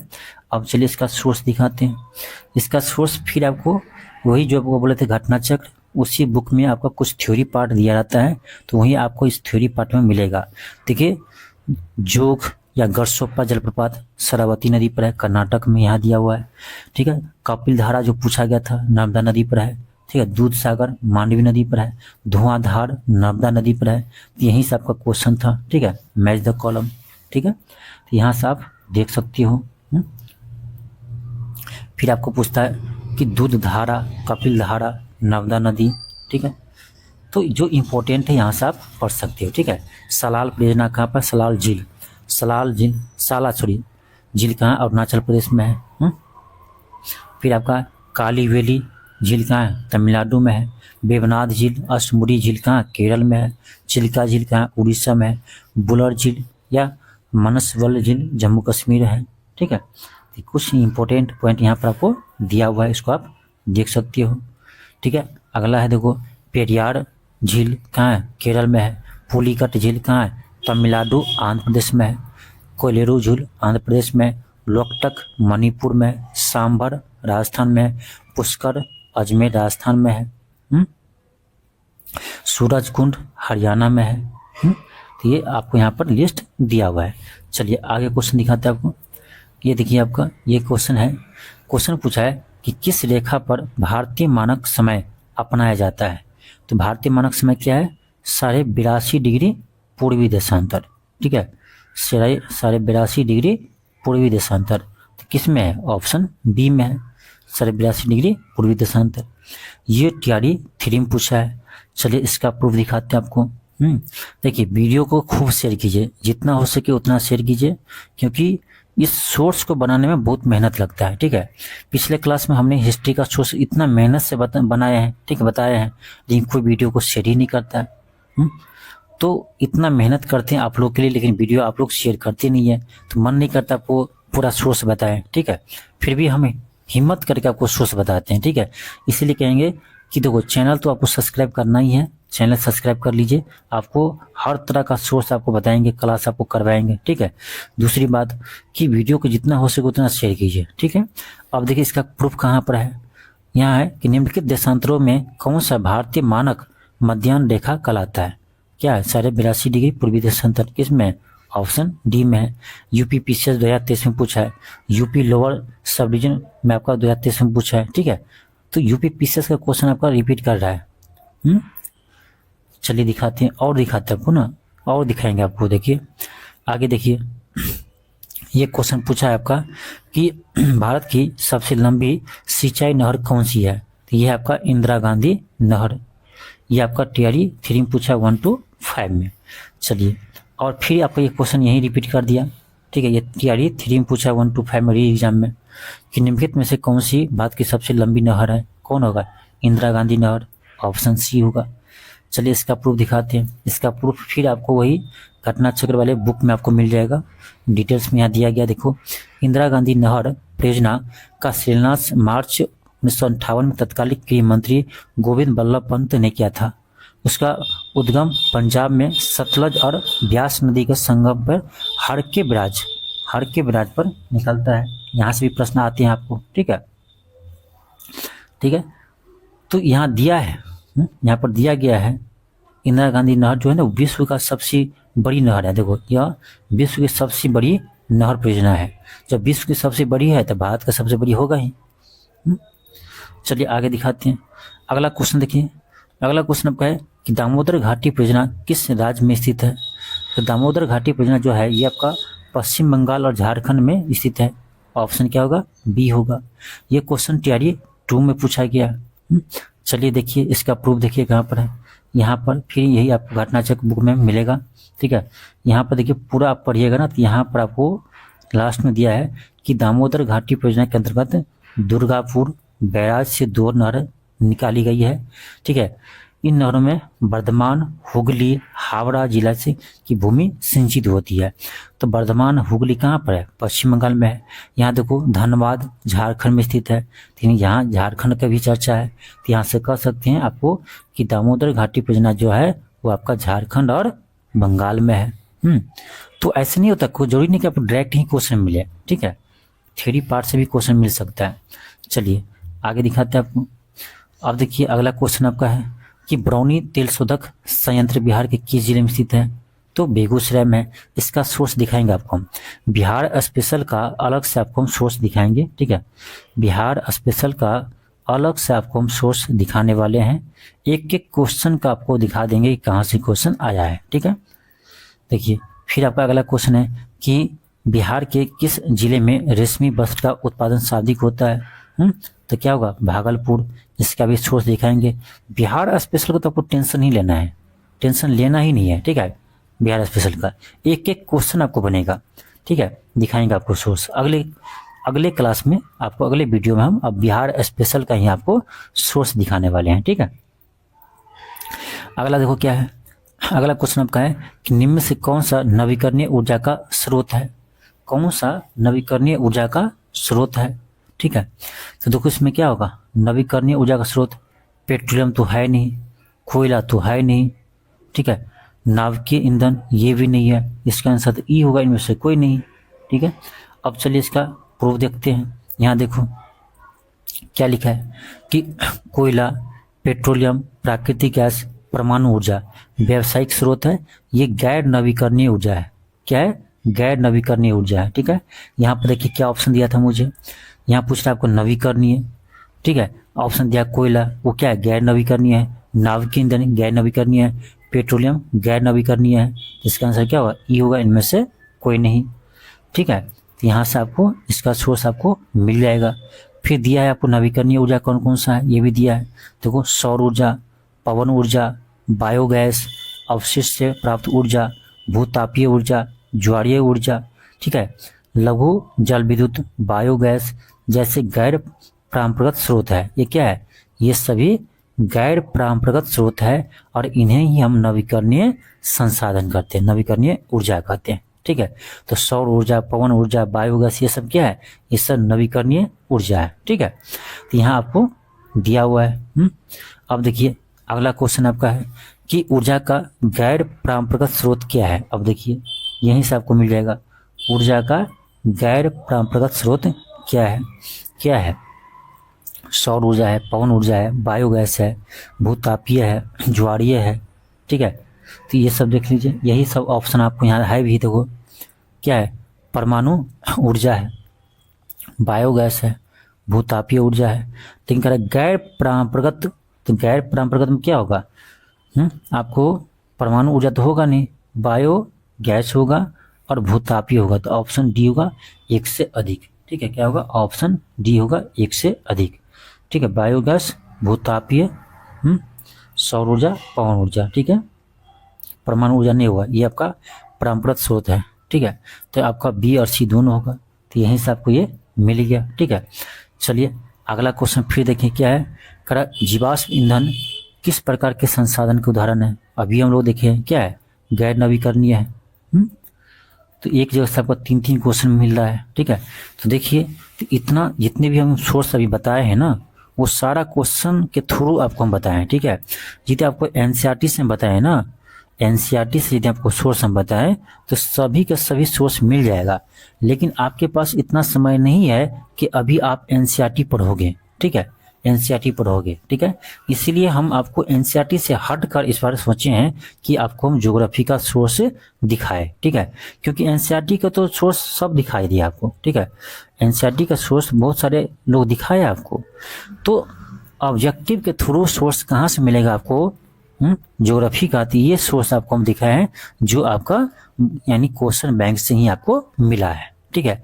फिर आपको हम कह रहे हैं कि आप लोग यदि हेल्प कीजिएगा, वीडियो को अधिक से अधिक शेयर कीजिएगा, तो आगे आपको हम बिहार स्पेशल का सोर्स दिखाने वाले हैं, ठीक है। बिहार स्पेशल का एक एक क्वेश्चन का पूछा, कहाँ से पूछा है, ये सोर्स दिखाएंगे। 71वीं बीपीएससी में भी कहाँ से आया बिहार स्पेशल, ये भी दिखाएंगे आपको, ठीक है। साथ में अब आपका रहा साइंस, सबसे इम्पोर्टेंट टॉपिक साइंस। साइंस का भी सोर्स आपको दिखाएंगे कि कहाँ से क्वेश्चन आते हैं। आपको याद होगा 17वीं बीपीएससी में हम साइंस का सोर्स दिखाए थे, ठीक है। इसको लगभग ना 2 लाख स्टूडेंट अभी देख चुका है इस सोर्स को। और एनसीईआरटी का सोर्स दिखाए एक एक क्वेश्चन का, ठीक है। 69वीं बीपीएससी में हम सोर्स दिखाए थे साइंस का एक एक क्वेश्चन का, ठीक है। तो आगे भी आपको हम टीआरई, अब जितने भी टीआरई 1, 2, 3 में पूछा है साइंस, उसका भी सोर्स दिखाएंगे यदि आप इस वीडियो को अधिक से अधिक शेयर कीजिएगा तब, ठीक है। क्योंकि देखो वीडियो का रीच जैसे बढ़ता है ना, वैसे हम लोग को मोटिवेशन बढ़ता है, ठीक है। आपको क्लास कराने में मोटिवेशन मिलता है, ठीक है। इसलिए कहेंगे वीडियो को जितना हो उतना शेयर कीजिए, और यदि चैनल पर आप सब्सक्राइब अभी तक नहीं किए चैनल को तो जरूर सब्सक्राइब कर लीजिए, ठीक है। चलिए मिलते हैं नेक्स्ट क्लास में। थैंक यू, धन्यवाद।